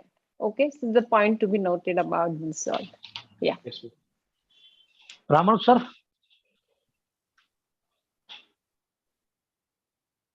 Dr. Ramanuj? Right. Good evening. Listen to the really, because there are many things new to learn also. Now, Right, sir.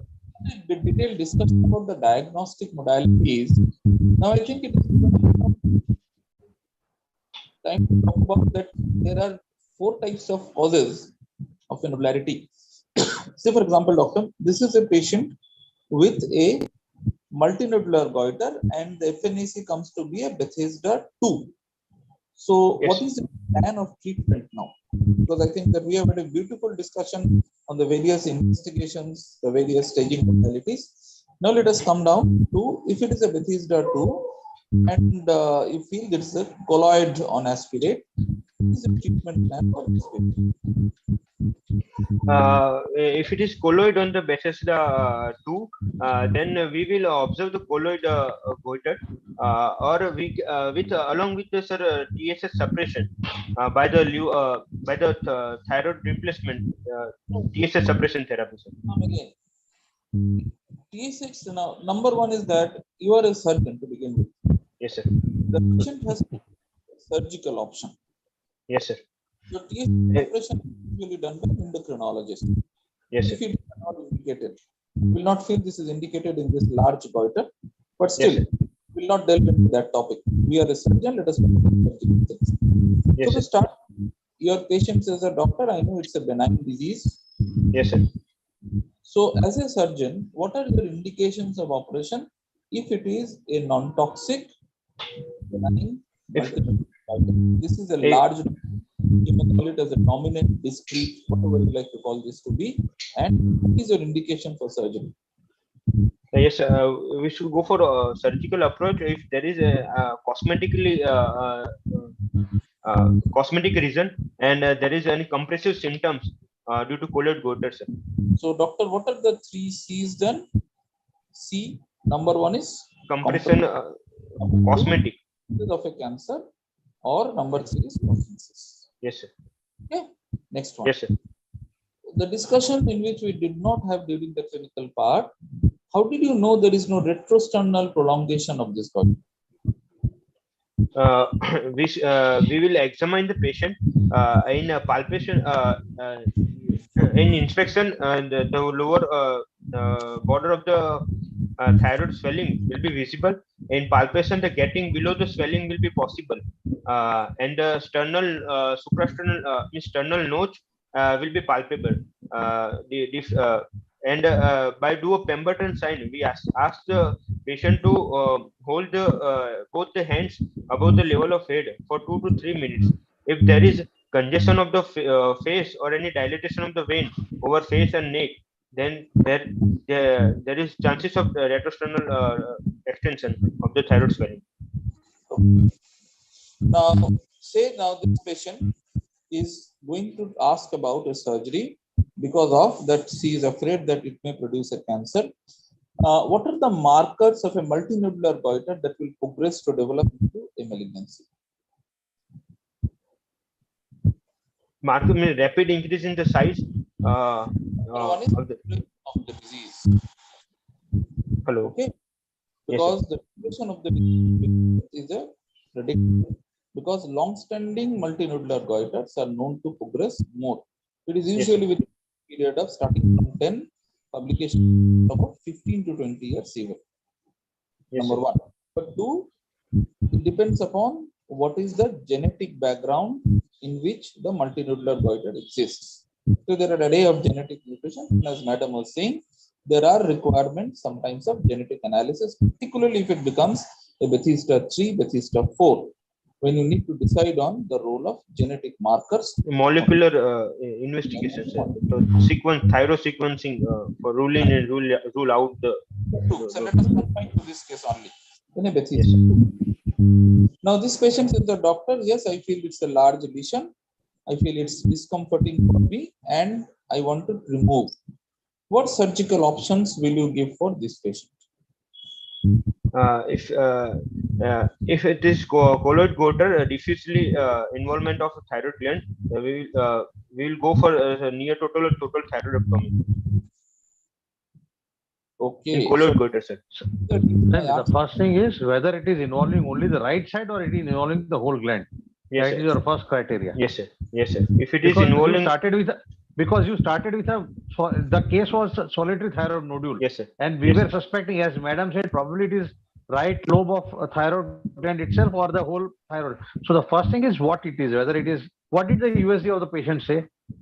USG was suggestive of approximately 8 by 5 centimeter hypoechoic irregular margin lesion in the right lobe of the thyroid gland, sir, and with a thyroid grading 4, sir. And what about the left side? Left side was normal, sir. Normal. Okay. Yes, now sir. you go for your treatment plan. You have the you have some material that it is thyroid 4, it is involving only the right side, the left side is normal. Now you go how you plan. As Dr. Ramanu said, what are surgical options? We will go for, sir. I would go for first FNAB, sir. If it is suggesting of to classify the type of malignancy. I told you we have done an image guided FNA. Image guided FNA shows you a Bethesda 2. Yes, sir. Benign. What more? Yes, sir. If it is in the one lobe of the thyroid gland, right side, we will go for the hemithyroidectomy for the patient, sir. Removing the lobe of the, yes, sir. Whenever you are mentioning an examiner this answer, say that, sir, I will counsel the patient that as the patient requires a surgery for these reasons. Yes, sir. Last decision, whether it will lead to hemithyroidectomy or a total thyroidectomy near total, will be taken on the operation table. Yes, sir. First thing that I will tell the patient. And thereafter, the counseling for a thyroidectomy will start from this point. Yes, sir. Number two, if it is a disease that is confined predominantly to one side, like in your patient, the right side, yes, you may have an option of doing a hemithyroidectomy. Yes, provided the other lobe does not have any gross evidence of nodularities. But yes, people have again discussed about that no, this is not a very good option, because the remnant that you have left will be again subjected to chances of a malignancy or even a thyrotoxicosis. Yes, so this is to answer in a postgraduate examination so that you get more questions. Yes, the advantage of doing a total or a near total will be that you have removed all the things that could go wrong in future, like a malignancy process. Okay. Now, so if this is the scenario, doctor, very good. Now, what are the things that you will, this patient is undergoing a thyroidectomy. What are the points in consent that you are required to take from this patient before you take the patient to the theater? I will explain about the complication of the thyroid surgery, like an injury to recurrent laryngeal nerve, leading to any change in the voice. Whenever the examiner is asking you this question, you are a Yes, sir. resident now. Your Yes, sir. patient, doctor, he says, doctor, I don't understand recurrent laryngeal nerve. Yes, sir. The thing that you are I will explain. Yes, sir. About the post-operative complication like development of the any tetany or hypocalcemia or hypoparathyroidism or change in the voice due to injury to recurrent laryngeal. Absolutely not, sir. So whenever you are talking about these, remember that the patient needs to be told in the language that the patient will understand. Yes, sir. Remember, we are now say changing gears and we are coming to topics in the real world.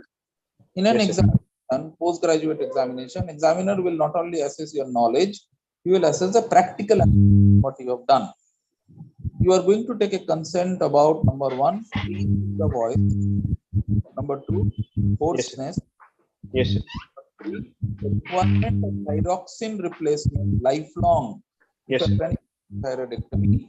Number four, if you're doing a total thyroidectomy, a rare necessity for a tracheostomy. Yes, sir. Number fifth, you are going to consent for extension procedures like a neck dissection if the surgeon operating procedure. Yes, sir. But these are the things that you documented in your notes whenever you about consent of thyroidectomy from a patient. Okay, so remember, complications and consent are related things, but in a good surgery examination, examiners are likely to ask you what are the things that you are going to tell the patient. Okay, so with this, I think so that is all from my side. Thank you. Yeah, madam. So, 2-3 things I want to discuss what just Dr. Mukherjee has discussed. Yeah, that is right. Yes. About the thyroid hormone suppression treatment for a patient. So, can you elaborate in a pre-operative setting with a thyroid in situ? What is the role of a thyroid suppression treatment? You just mentioned 5 minutes back about it. Just wanted to elaborate because there is a change of policy has happened regarding the thyroid suppression treatment for the patient in a pre-operative setting. Ma'am, if it is a colloid goiter, we can give a trial of the thyroid suppression by giving levothyroxine and maintaining TSH level just below the 0.1 milli unit per ml. So the patient is a euthyroid or patient is a hypothyroid? Patient is euthyroid, ma'am. Okay, so let me tell you that there is no role of thyroid suppression treatment has been practiced. It used to be a regular practice earlier because of very severe, there are different disadvantages of doing a thyroid suppression treatment for this patient. Because if you stop the treatment, again there is a reappearance of these nodules. Actually, it has got many medical disadvantages and side effects on the body, and it actually does not help anyways to the patient. So thyroid suppression treatment pre-operatively, everybody has stopped. Okay, so you did not need to give a euthyroid patient a thyroid supplement. But if the patient is a hypothyroid and you are going to observe this patient, then you will give a thyroid supplement to this patient, not the suppression for this patient. So that is the one thing. The one point somebody Yogesh has pointed out that Hurtle cell neoplasms have become a misnormal. So Hurtle cell carcinomas are now called as oncocytic carcinoma, and that's a very good point. That's a nomenclature which has changed by WHO in 2022. Just wanted to add to the whatever I have said prior. So that's the most important thing. And the point about near total thyroidectomy for a multinodular goiter. So In a multinodular goiter, how you decide whether you want to do a hemithyroidectomy, you want to do a near total thyroidectomy, or a total thyroidectomy? What you decide and how you decide?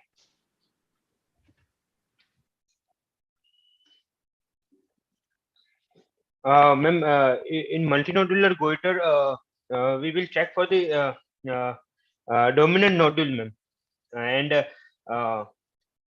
so you and, decide hemithyroidectomy depending on which lobe of the thyroid is involved on a sonography. So yes, ma'am. sonography is the most important thing to decide whether Yes, you ma'am. require a hemithyroidectomy versus total. So you see the FNAC, you see the sonography.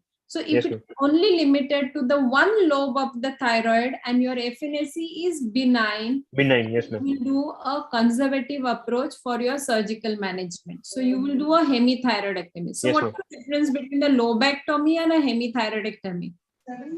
In lobectomy, we will remove the lobe of the right, either right or left lobe of the thyroid gland.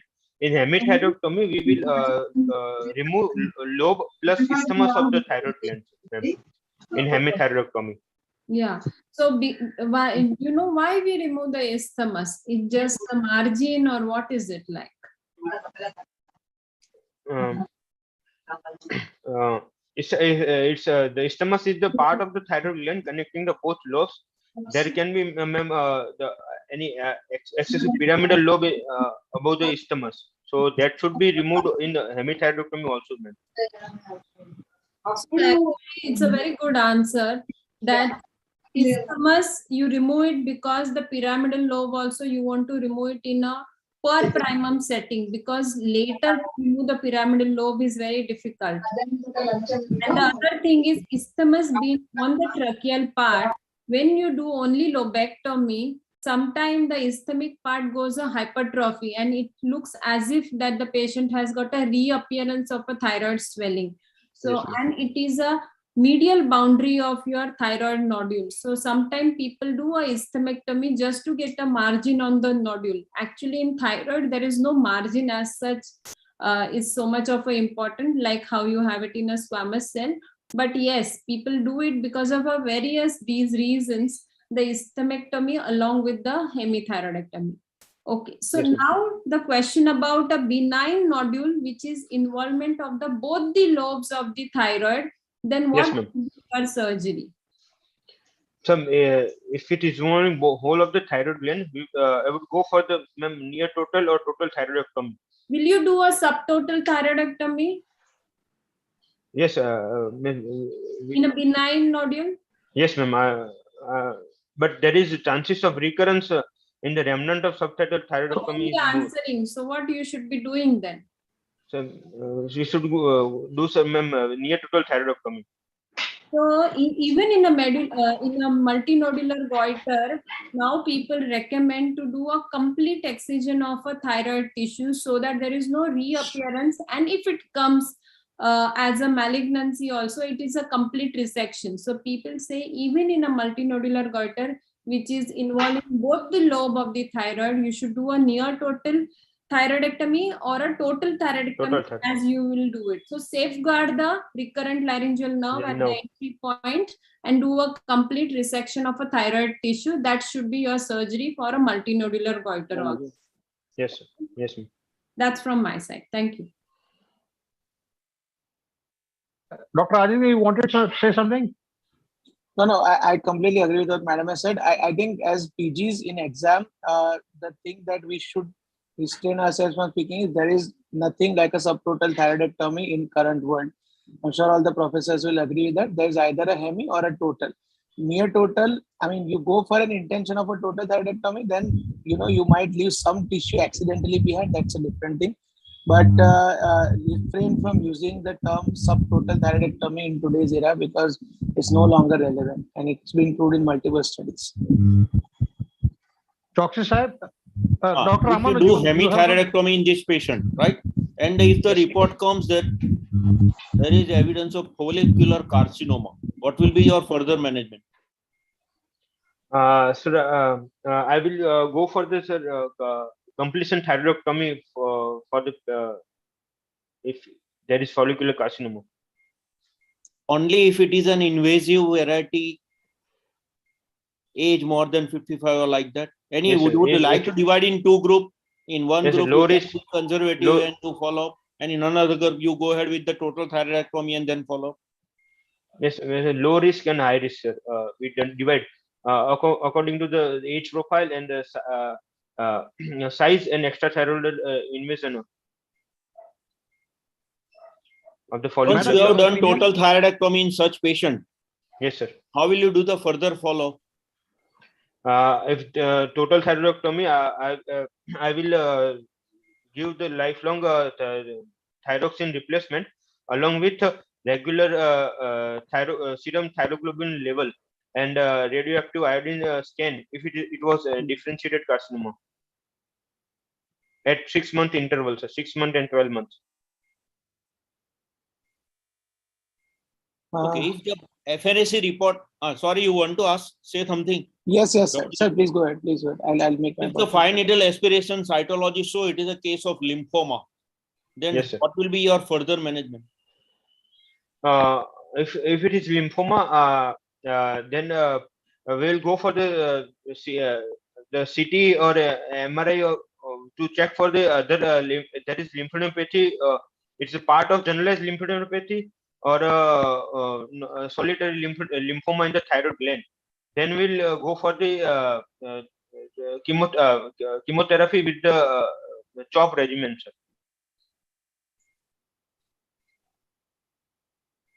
Okay, Apurva sir, whatever. No, fine. Aditya, you Okay. are saying something? Yeah, so yeah, continuing on the management part, so we know that this is a suppose it is a well differentiated papillary carcinoma of thyroid. Yes, sir. It is showing infiltration of the extrathyroidal tissue, sits involving the trachea, minimal involvement of the trachea Yes, sir. at the level of 2 rings. What would be your plan of management? Would you reject the tracheal rings? Would you go for continuous management, or would you just do an R plus rejection and come out? What will you do? I go for the total thyroidectomy of the thyroid gland and post-operatively go for the radioactive iodine ablation for the minimal invasion of that tracheal invasion. Why would you not? If it's a gross disease, I'm not talking about a microscopic disease. I'm talking about a gross disease that is there. So R2, we are talking about R2 and not R1. Okay. Don't know, sir. So basically, the point to be noted here is that any kind of R2 disease resection is not indicated in thyroid surgeries, even if it's a differentiated papillary thyroid carcinoma. We know very well that when there is a disease that is surrounding the nerve, the recurrent laryngeal nerve, sometimes there is a tendency to leave behind some microscopic disease so that the nerve is not compromised. That is a fair enough argument. But there we are talking about an R1 disease resection, which is microscopic disease left behind. Whenever there is a potential for gross disease being left behind, we cannot do that because radioiodine will not be able to cover that grossly. Besides, there is also the other point that if that gross disease takes up the radioiodine entirely, which is given in the postoperative phase, we are not covering for the potential metastasis that may have been there to the lungs or other parts of the body. So, if it's involving the trachea, then tracheal resection in such cases of differentiated thyroid cancers is indicated, and it is extremely safe if done well in a good volume center where you do these things regularly. It is to be done. That is the message, that even though it's a papillary carcinoma that is radiosensitive, leaving behind gross volume of disease is definitely not indicated. Next thing about lymph nodes. What would be your threshold to do a lymph node dissection, and which levels of lymph node would you like to address depending on the stage of the disease? If it is differentiated, an FNAC is differentiated papillary thyroid cancer, and it is of T3 and T4 stage, or N1 means lymph node metastasis is there, we will go for prophylactic central node dissection in T3 and T4 levels, sir. Okay. In papillary thyroid cancer, sir. What about lateral neck dissection? And in medullary thyroid cancer and anaplastic thyroid cancer, we will go for this neck dissection in central and lateral compartments, sir. as there is more chances of spread in medullary and anal gastric thyroid cancer. So I think when it comes to the exams, we can divide the answer into two very distinct parts. That would give the examiner also clarity of what we're thinking. Firstly Yes. is a prophylactic neck dissection, and then there is therapeutic neck dissection, right? Prophylactic, as you said, T3 and above disease having extrathyroidal extension, etc., etc. Yes. You would want to do a prophylactic central compartment nodal dissection. Again, Yes. these are very broad guidelines, and there are institutional practices that are completely different. So whatever you say, you have to stick by it by saying that that is your institutional policy as a general. We have seen very good standard institutes that don't do a prophylactic neck dissection at all in the absence of a gross nodal disease, because central compartment, as we all know, has got its own significant morbidities. When it comes to lateral neck dissection, again, the philosophy is that the neck dissection should be one level above the involvement of the nodal disease. So if it's a central compartment, you do a level 2, 3, 4 dissection prophylactically, which is a standard protocol that is being followed in Tata as well as everywhere else. That if the central compartment is involved, there is no harm in doing an ipsilateral prophylactic neck dissection of levels 2, 3, 4. If not, then lateral neck dissection in the absence of neck nodal metastasis for papillary CS is not indicated. For medullary, yes, again, that's a gray zone. Also, on this note, I would like Anuja madam to elaborate on the central compartment nodal inspection, the frozen section analysis, and then a complete therapeutic dissection. If madam can, because that is something that they do very well there. So just coming back to what was having a discussion about the lymph node metastasis. So central compartment, you can do a prophylactic versus therapeutic, that we just understood.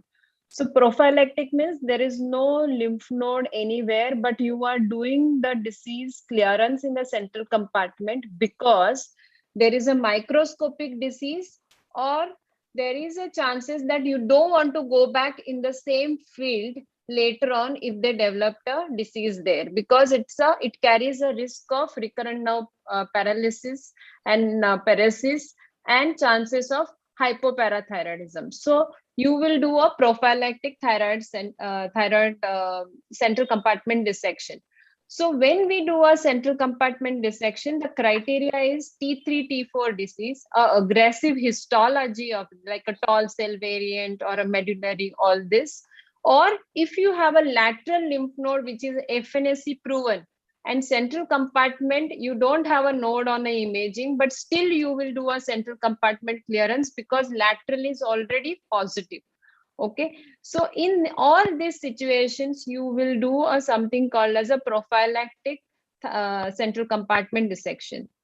Having said, central compartment has got 4 components. Central compartment on the right side TO groove, left side TO groove, the pre-laryngeal and pre-tracheal. These are the 4 stations. So at a given surgery, as a one component, you should do at least 3. So you will clear the pre-laryngeal, pre-tracheal, and one of the tracheoesophageal groove wherever there is a disease. Okay, the contralateral TO groove becomes a less kind of a chances of having a metastasis. So that side you may preserve it, or you can do a minimum surgery on that side. So in Tata Hospital, what we do is, like when we are doing a prophylactic surgery or when we are trying to do a conservative approach on a contralateral side, what we do a inspection and see whether really there are nodes or no.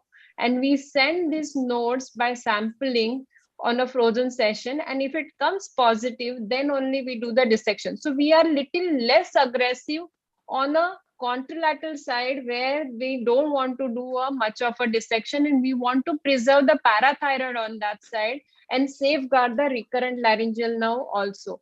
So these are the components which people don't practice overall everywhere. So these are little institutional practice, should not be quoted, should be quoted with a caution thing. And we do have a paper on this aspect, basically doing an inspection and doing a less kind of a less aggressive central compartment. Actually, this is very kind of a ontological theoretical dissection discussion. So I will stop here itself. And talking about the second point, what we discussed just now about tracheal invasion and doing a aerodigestive resection.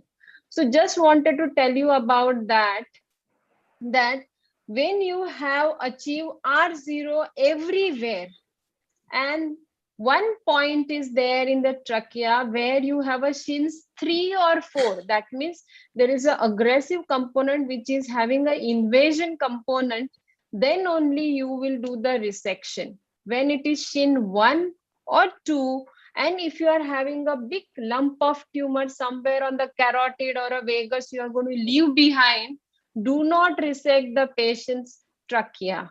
Okay.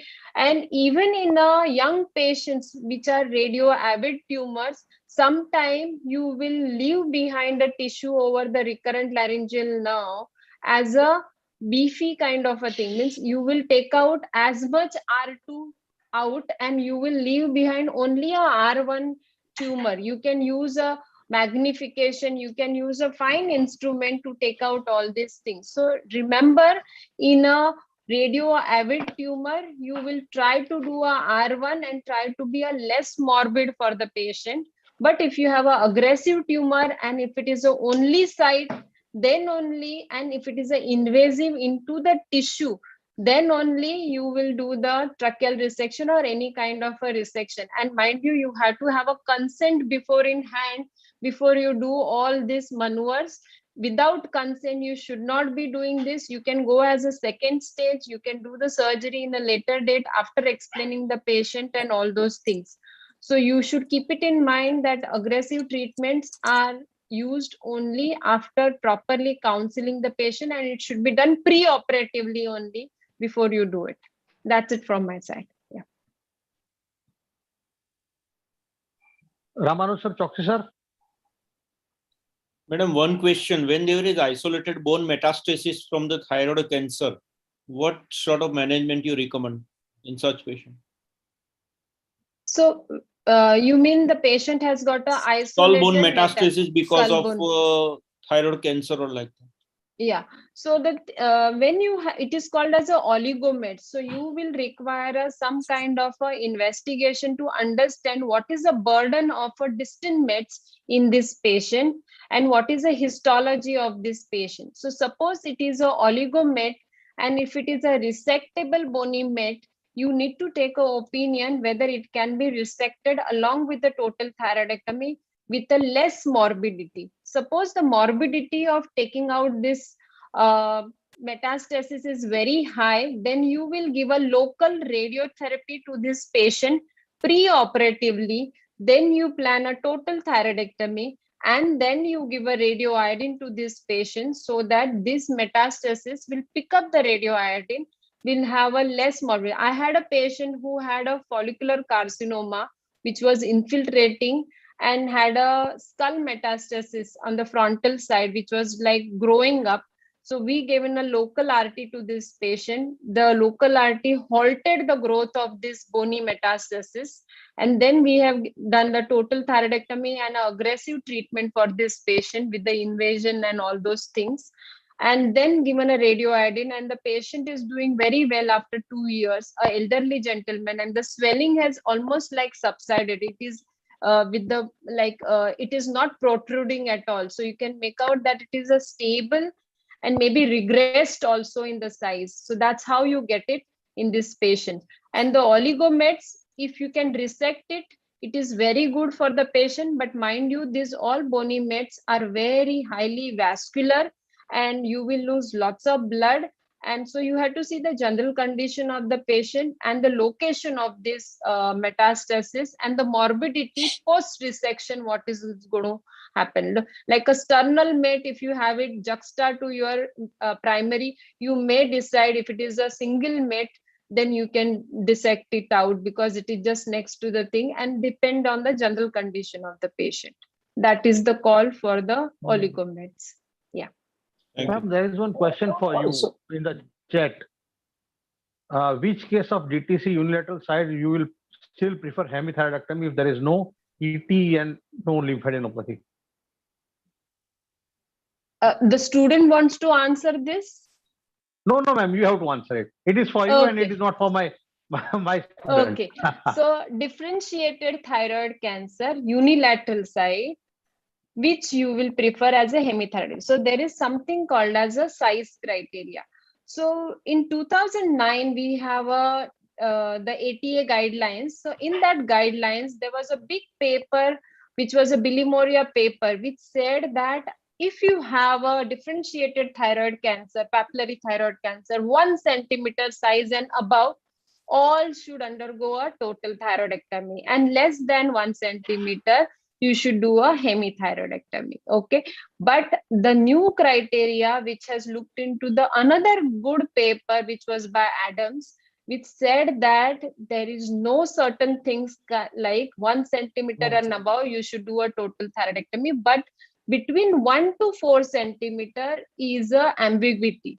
So you can do a hemithyroidectomy or you can do a total thyroidectomy depending on other factors. So other factors are basically whether they have got extra thyroidal extension, whether they have got a central node positive, whether they have got a lateral node positive, whether the tumor has got an aggressive component, like you have a columnar, tall cell variant, sclerosing component, or you have got something poorly differentiated thyroid cancer, or you got a sclerosing component also. So all these cancers, you will do a total thyroidectomy for this patient because you want to give a radioiodine and you have a chance of a contralateral metastasis, contralateral nodules also, multicentricity. In that situation, you will do a total thyroidectomy. I think that is the answer for the previous one. Right. We also have Dr. Jayesh Parikh and Dr. Neena ma'am. Ma'am, would you like to highlight something? Okay.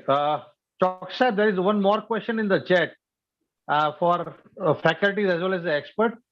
That what about how do you treat the hypocalcemia if the patient develops one after total thyroidectomy?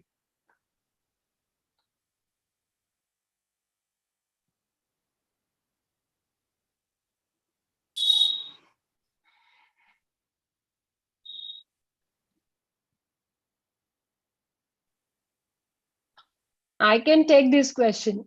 Yeah, please, ma'am. Please. Italy So please. management of hypocalcemia after the total thyroidectomy. So we have 4 parathyroids, and when we do a total thyroidectomy, all 4 parathyroids are at risk. If you do a hemithyroidectomy, you safeguard at least 1 or 2 parathyroids on a contralateral side, so less chances of hypocalcemia. This is clear to all, right? So what happens hypocalcemia, how you detect it? First of all, you have to detect it clinically, whether the patient has got numbness or no. Okay. And patient has got any kind of a tetany kind of a symptom. So early symptoms of hypocalcemia, numbness, tingling, all these things. So clinical evaluation, you do a elicit by signs. So Chopstick signs, you check patient process sign and all that, and you do a biochemical evaluation for this patient. So you will check a serum calcium for this patient. So we do it 24 hours or 48 hours. That is the time when you will get a maximum dip in the calcium level. So 48 hours is the time when you will detect the calcium level.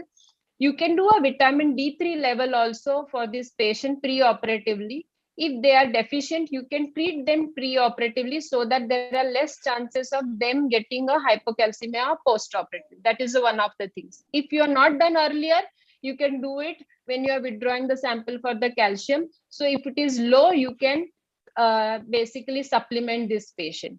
So if you have a patient who has got a biochemical hypocalcemia, so 8.5 is the cutoff. Sometimes people treat it as a 7.5 as a cutoff for a hypocalcemia. And these are the patient are labeled as a hypocalcemia. Sometimes you can have a clinical plus biochemical or only clinical as a hypocalcemia to this patient. Along with this calcium and vitamin D3, you might check a magnesium for this patient also, because hypomagnesemia also will reflect and the patient will have a symptoms of hypocalcemia. So you may want to correct this patient with the magnesium supplement. A tablet form you can give, or you can give an injection which can be taken orally for this patient as a magnesium supplement. Coming to the patient who has developed a tetany or a frank hypocalcemia, you will give a IV calcium gluconate supplement for these patients. And having said a hypocalcemia management, there are different ways of treating hypocalcemia. One is a prophylactic hypocalcemia treatment. That means irrespective of their calcium levels, you will just bombard this patient with the calcium supplement pre-operatively, intraoperatively, and post-operatively, so that this patient will not manifest into a, or they have a milder hypocalcemia. That is called as a prophylactic hypocalcemia treatment. The other is a reactive, means if they have a low calcium or they are symptomatic, then only you will treat this patient with the hypocalcemia treatment. So at that time only you will treat this patient, and sometime you will give it as a recombinant treatment, who are the prolonged kind of a hypocalcemia, where you will want to give a PTH treatment for this patient. This is for a long-term effect of a hypocalcemia. This is the three ways how you will treat the hypocalcemia.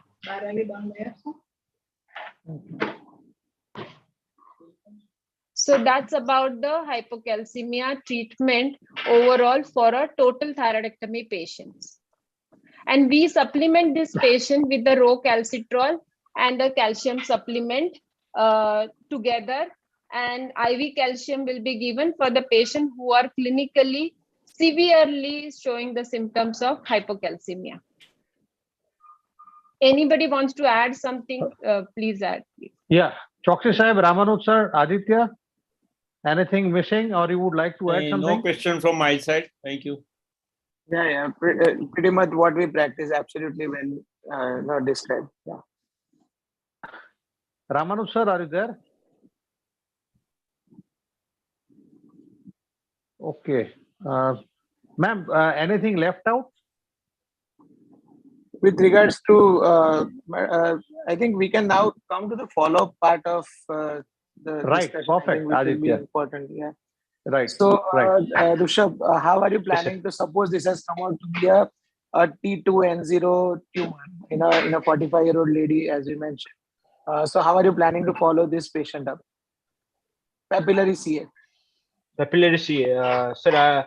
I will give after total thyroidectomy. I will give lifelong supplement of thyroxine, and ask patient to follow up at 6 months and 12 months with serum thyroglobulin and radioactive iodine scan for any remnant or any recurrence or metastasis to check for. Okay. So 2 questions here. How much thyroxine will you supplement? Second thing, will you do a radioactive iodine prophylactic scan in all patients that have T2N0? For thyroxine, I will prescribe 50 to 100 microgram levothyroxine OD in the morning, sir. Would it be targeted towards something, or you would just empirically target 50 to maintain the to suppress the serum TSH level below the 0.1 milli unit per ml, according to the risk grading, sir. High grade, intermediate, and low risk. If it is high grade, I will try to maintain it below 0.01 milli international unit per ml. What are the cutoff criteria for risk, for the risk that you would say low, moderate, and high? The age above the 55. No, that we'll discuss later. What are the criteria of TSH maintenance for low, moderate, and high risk? For low, we should maintain it below the 0.5. For intermediate, 0.5 to 0.1, and high risk less than 0.01. So less than, so it's 0.5 to 2, 0.1 to 0.5, and less than 0.1. Right. Yes, now, what are the criteria? Now, this is a very important part of the discussion. What are the criteria where you would decide a low, moderate, and a high risk patient? There are according to the ages or criteria, age, grade, extrathyroidal invasion, and size of the tumor. If it is the age more than 55 years of age, extrathyroidal invasion, any distant metastasis, and if it is undifferentiated carcinoma, then it will be high risk. So basically, these are the only kind where you are talking about the ages and aims right now. Yes, sir. So the most important thing is a system called dynamic risk stratification system has Yes, come sir. up. Do you know about the dynamic risk stratification of thyroid? No, sir. Dynamic. So yeah. The ruling in and ruling out according to That's pre-operatively for thyroid 3-4 methods and 3-4 other things. No, Yes, sir. not for that. So dynamic risk stratification is it is a so now understanding the concept of after total thyroidectomy, if the patient has come out to be a high risk patient or a low risk patient or an intermediate risk patient, just stamping it to be that at that point of time is considered to be outdated. Now the philosophy in the last 10-12 years in thyroid cancers has changed. What it means is that even if it's a high risk patient, you have to look for a structural as well as biochemical control. Now, if biochemical control of the patient, we can see that by thyroglobulin levels again. I won't go into the details of stimulation of thyroglobulin, etc. But the point is that you have to look for a thyroglobulin levels periodically. And based on that, you know that even if it's a high risk patient, it's a well controlled tumor and it's a not well controlled tumor. You might have a periodic sonography of those patients to know whether the structural disease is there or not. And so based on that, commonly after a certain times, the biochemical reevaluation and a structural reevaluation takes place. What I mean to say is that it's a dynamic process where just stamping it at one point in time is not necessary. After a while, that situation evolves. Now, if it's a low risk patient, yet biochemically the thyroglobulin keeps going up, then your marking needs to be more stringent, and then there is the role of radioiodine and other treatments kicking in. Yes. If it's a high risk patient, but say for a period of 4 to 5 years, it has remained extremely stable in terms of biochemistry as well as structural disease, then your TSH suppression is allowed to go down a little bit. What I mean to say is that you don't need to maintain it less than 0.1. Then after 5 years, 0.1 to 0.5 may be sufficient. So this is the philosophy of dynamic risk study, because again, at the heart of it, the point is that thyroid cancers are generally cancers with extremely good prognosis. So going overboard with thyroid suppression over a long period of time in younger patients, like this is a 45-year-old patient, may be an overkill. So we want to evolve continuously and see how the patient is behaving. Second thing about prophylactic radioiodine scan, usually in those cases of N0 disease, prophylactic radioiodine scan, especially when there is no extrathyroidal extension, are not indicated. You would be tempted to do that if your thyroglobulin shows spikes after a certain period of time, but I would not go for a prophylactic radioiodine scan in N0 disease cases where you are fairly confident that you have achieved an R0 reduction and your thyroglobulin again is undetectable post-surgery. Yes, sir. Right. So this is regarding the papillary. See, again, medullary is a whole new discussion, but right now for this case, papillary, that is what we are doing. I'd love comments from others about this. So just wanted to add what Dr. Aditya said. So Michael Turtle is the person who has come up with this dynamic risk stratification. Basically, if patient is high risk, suppose post-operatively, you don't want to label that patient high risk forever for his life. Okay, so you want to assess this patient after you do a complete treatment for this patient. Whether this patient responds to the treatment, then this high risk patient might turn up to be a low risk or an intermediate risk, so that you can change the treatment accordingly for this patient. Suppose the patient is a low risk and later develop something else later in the post-op period, then you don't want to be giving a treatment according to the low risk criteria. You want to be a little aggressive. That's why it is called as a dynamic risk stratification. Dynamic depending on the patient's disease progression and how they are responding to the treatment line. So these are the terminology where you will check the patient biochemically, that is by serum thyroglobulin, and when you will do a structurally, that is by imaging. So you will check the patient clinically and imaging wise and by serum thyroglobulin, whether how's the patient doing, and depending on that, you will change your criteria and you will treat this patient. That is the gist of dynamic risk stratification. The concept about one more thing I wanted to emphasize is after your treatment, you will put this patient on a means you want to give a radioiodine to this patient. So you will put this patient on an iodine free diet. Okay. And you will not start this patient on a altroxin because you want to give a thyroid suppression, means you want to put this patient on a off thyroxine and then you want to give a radioiodine. So these are the two important things what you have to do.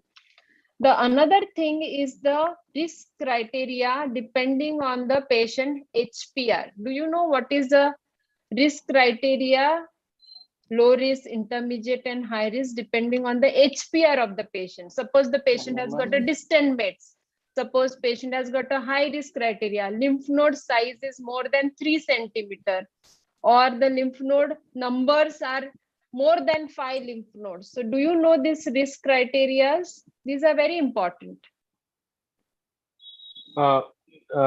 Miss, that involvement, the size of the nodule, involvement of the lymph node, the size of the lymph node, and the echo texture of the lymph node. And according to it, divided into low, intermediate, and high. So let me just tell you, if you go to the ATA guidelines, everything is written there. There is one big arrow kind of a thing and everything is written in the ATA guidelines. So please read up.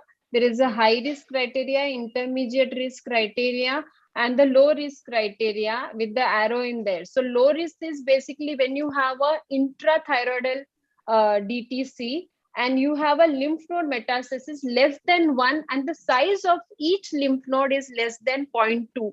Okay, so they are a microscopic lymph node metastasis and less than 5 numbers, then these all patients are considered as a low risk criteria. If the patient has got a aggressive histology, like aggressive means they are not classical PTC, but they are like tall cell variant, all these aggressive tumors, they have got a minor extrathyroidal extension and they have got a vascular embolism and more than 5 lymph nodes positive, which are size between 0.2 to 3 centimeter, then they are called intermediate grade. And the high risk, when you do a R plus resection, distant metastasis more than 3 centimeter lymph node size, then it is called as a high risk. Okay, so these are the criteria. Depending on the HPR, we decide, and these patients are given a radioiodine treatment depending on this. Okay.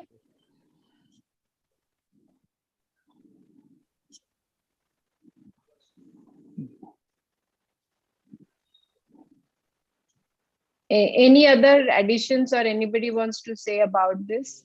You're good.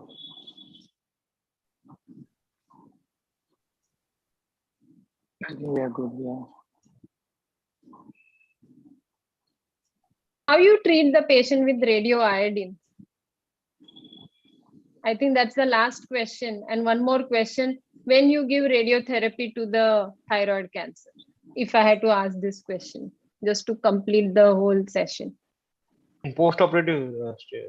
Yes, post-operative. I will regular follow-up for radioactive iodine scan.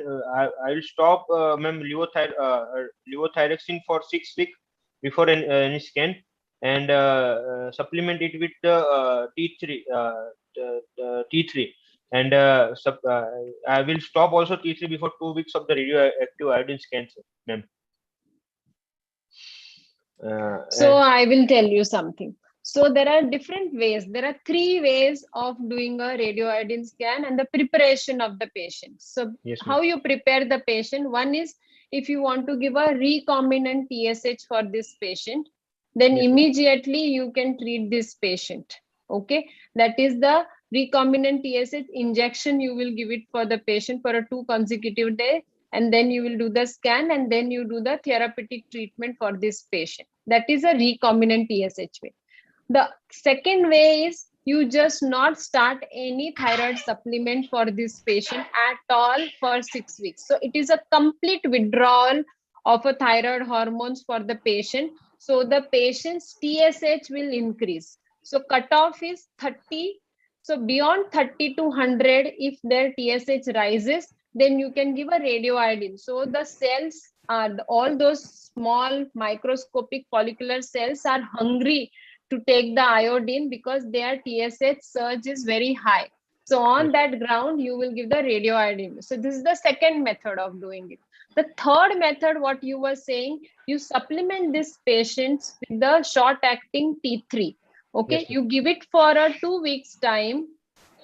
You give it for a time when you want to give, but whenever there is a planned radioiodine, before that 2 weeks, you will stop it. Okay, yes, and that 2 weeks time, you will give this patient later the radioiodine and treat it. And all this time, the patient should be iodine deficient diet. So iodine, low iodine diet, they should be put it on. So iodine free diet, so they have to follow. Otherwise, they will have an interference, and then you will not get a uptake, and the radioiodine, whatever dose you are giving, it will be a waste for the patient. So that's how you will treat the radioiodine for these patients. And what you do is a remnant thyroid ablation. So what you do it, the other one is the therapeutic treatment. When you have a metastasis, you have a distant mets, you will treat it by a radioiodine. Okay, so that you have a thyroglobulin as a marker later, because all the thyroid cells which are there in the body microscopically are ablated by a radioiodine. Okay, yes, and therapeutic, because if you have a disease, then you have done only local treatment. So you want to distantly treat this metastasis also. That's why you will give a therapeutic radioiodine scan. So if they have got a lung mets, you will give the dosage, certain dosage. If they have got a bony mets, you will give certain dosage, all this. And there are different methodology how you give a radioiodine. So one is called as an empirical method, one is called as a dosimetry, and one is called as a quantitative methods. So these are the different ways you will calculate the dose for the patient, and you will give the treatment for this patient. Okay, that's about the radioiodine treatment. yes, ma'am. Any student has any questions for the ma'am? Rushabh? There is one question in the chat box. Minimum number of lymph nodes removed from the central compartment to label it adequate clearance. Is there any criteria? So there is no such a criteria that how many lymph nodes you will remove, but there is a criteria. It has to be a compartmental dissection. It should not be a berry picking, and you should clear off between the trachea and the carotid from the hyoid bone till the innominate downwards on the right side, and the subclavian on the other side. So that's how it's a complete superior pre-tracheal, pre-laryngeal. All the 4 stations should be cleared off, and the number of nodes depend on how much you clear and how many nodes are there, and how good is your pathologist to pick up all this and number these nodes. That's it. Ma'am, one more is there. What is the splitting and spillage theory of calcium? I am actually not accustomed with these theories, but the theory is like, I don't know, it is something to do with the parathyroids or no, that I don't know. But if somebody can elaborate on it, maybe I will get the clue what it is. Dr. Ved, are you there? Dr. Ved Prakash, you have asked the question. Yes, ma'am. In one of the webinar, I heard that I heard about this theory where it stated that giving calcium in asymptomatic patients affect the recovery of the devascularized parathyroid gland. So this theory relates. Yeah. So if I can tell, I was understanding the same way. So what is called as a reactive hypocalcemia treatment, and one is called as a prophylactic. So what people do is, like, when the patient becomes clinically symptomatic, then only you give the treatment to this patient. If they are not symptomatic, and though they have got a hypocalcemia, you do not treat it. you allow that parathyroid to recover from the trauma of the surgery, the handling of the tissue and all that. So it will bounce back and it will start producing the PTH and it will work normally. So you will hold on the calcium supplement for that patient till it recovers spontaneously. That is the whole theory about it. But the thing is, in this bargain, sometime if it is a recovery is not possible, patient might go into tetany and then you will want to give a IV supplement for this patient. So you want to avoid giving IV supplement for this patient. That's why people don't go like, to the threshold that the patient manifests into a clinical hypocalcemia. So there are two different ways. So some people, what we do and what we used to do earlier, that we wait till the 7.5 below to drop down the hypocalcemia, the calcium levels, and then we treat it if they are asymptomatic. Asymptomatic patient between 7.5 to 8.5, we don't treat it. Okay, that's how we do it. And we supplement only vitamin D3 to this patient, because Indian population, you can have a 50% patient like having a vitamin deficiency, and that's again a problem for us. So we do all this evaluation and hold on to the calcium. So that may be the theory for doing a calcium metabolism and how you react to the hypocalcemia in a post-operative period. I think that answers somewhat to your question, but I will look into it. If I find, I will certainly look into this theory. Thank you. Thanks a lot, madam. I think we should conclude this session. If something is remaining, you can just put it in the chat box, or we can talk later. Rushabh, sir, I have shared the. Yeah, I have got. Yeah, Dr. Aditya, thank you. You have shared that classification with me. I'll share it with our residents for sure. Right, sir? Thank you. Thank you, ma'am. Thank you, Aditya. Thank you. And thank you, teachers, for joining. Okay, we'll leave this. Our next session will be after 15 days, and that will be for CA breast, right, Rushabh? Yes, sir. Yes, sir. Yes. CA So breast. after 15 days, after the alternate Sundays, this alternate Sunday we'll be having a case of CA breast. So we would like all of you to join again. Thank you. Thanks. We'll leave then. Congratulations, Dr. Rishabh Jani. Thank you. I hope he did well, ma'am. Yes, yes. Very nice. Right. Thank you, ma'am. Good day to you all. Yeah. Good day, ma'am. Yeah. Bye-bye.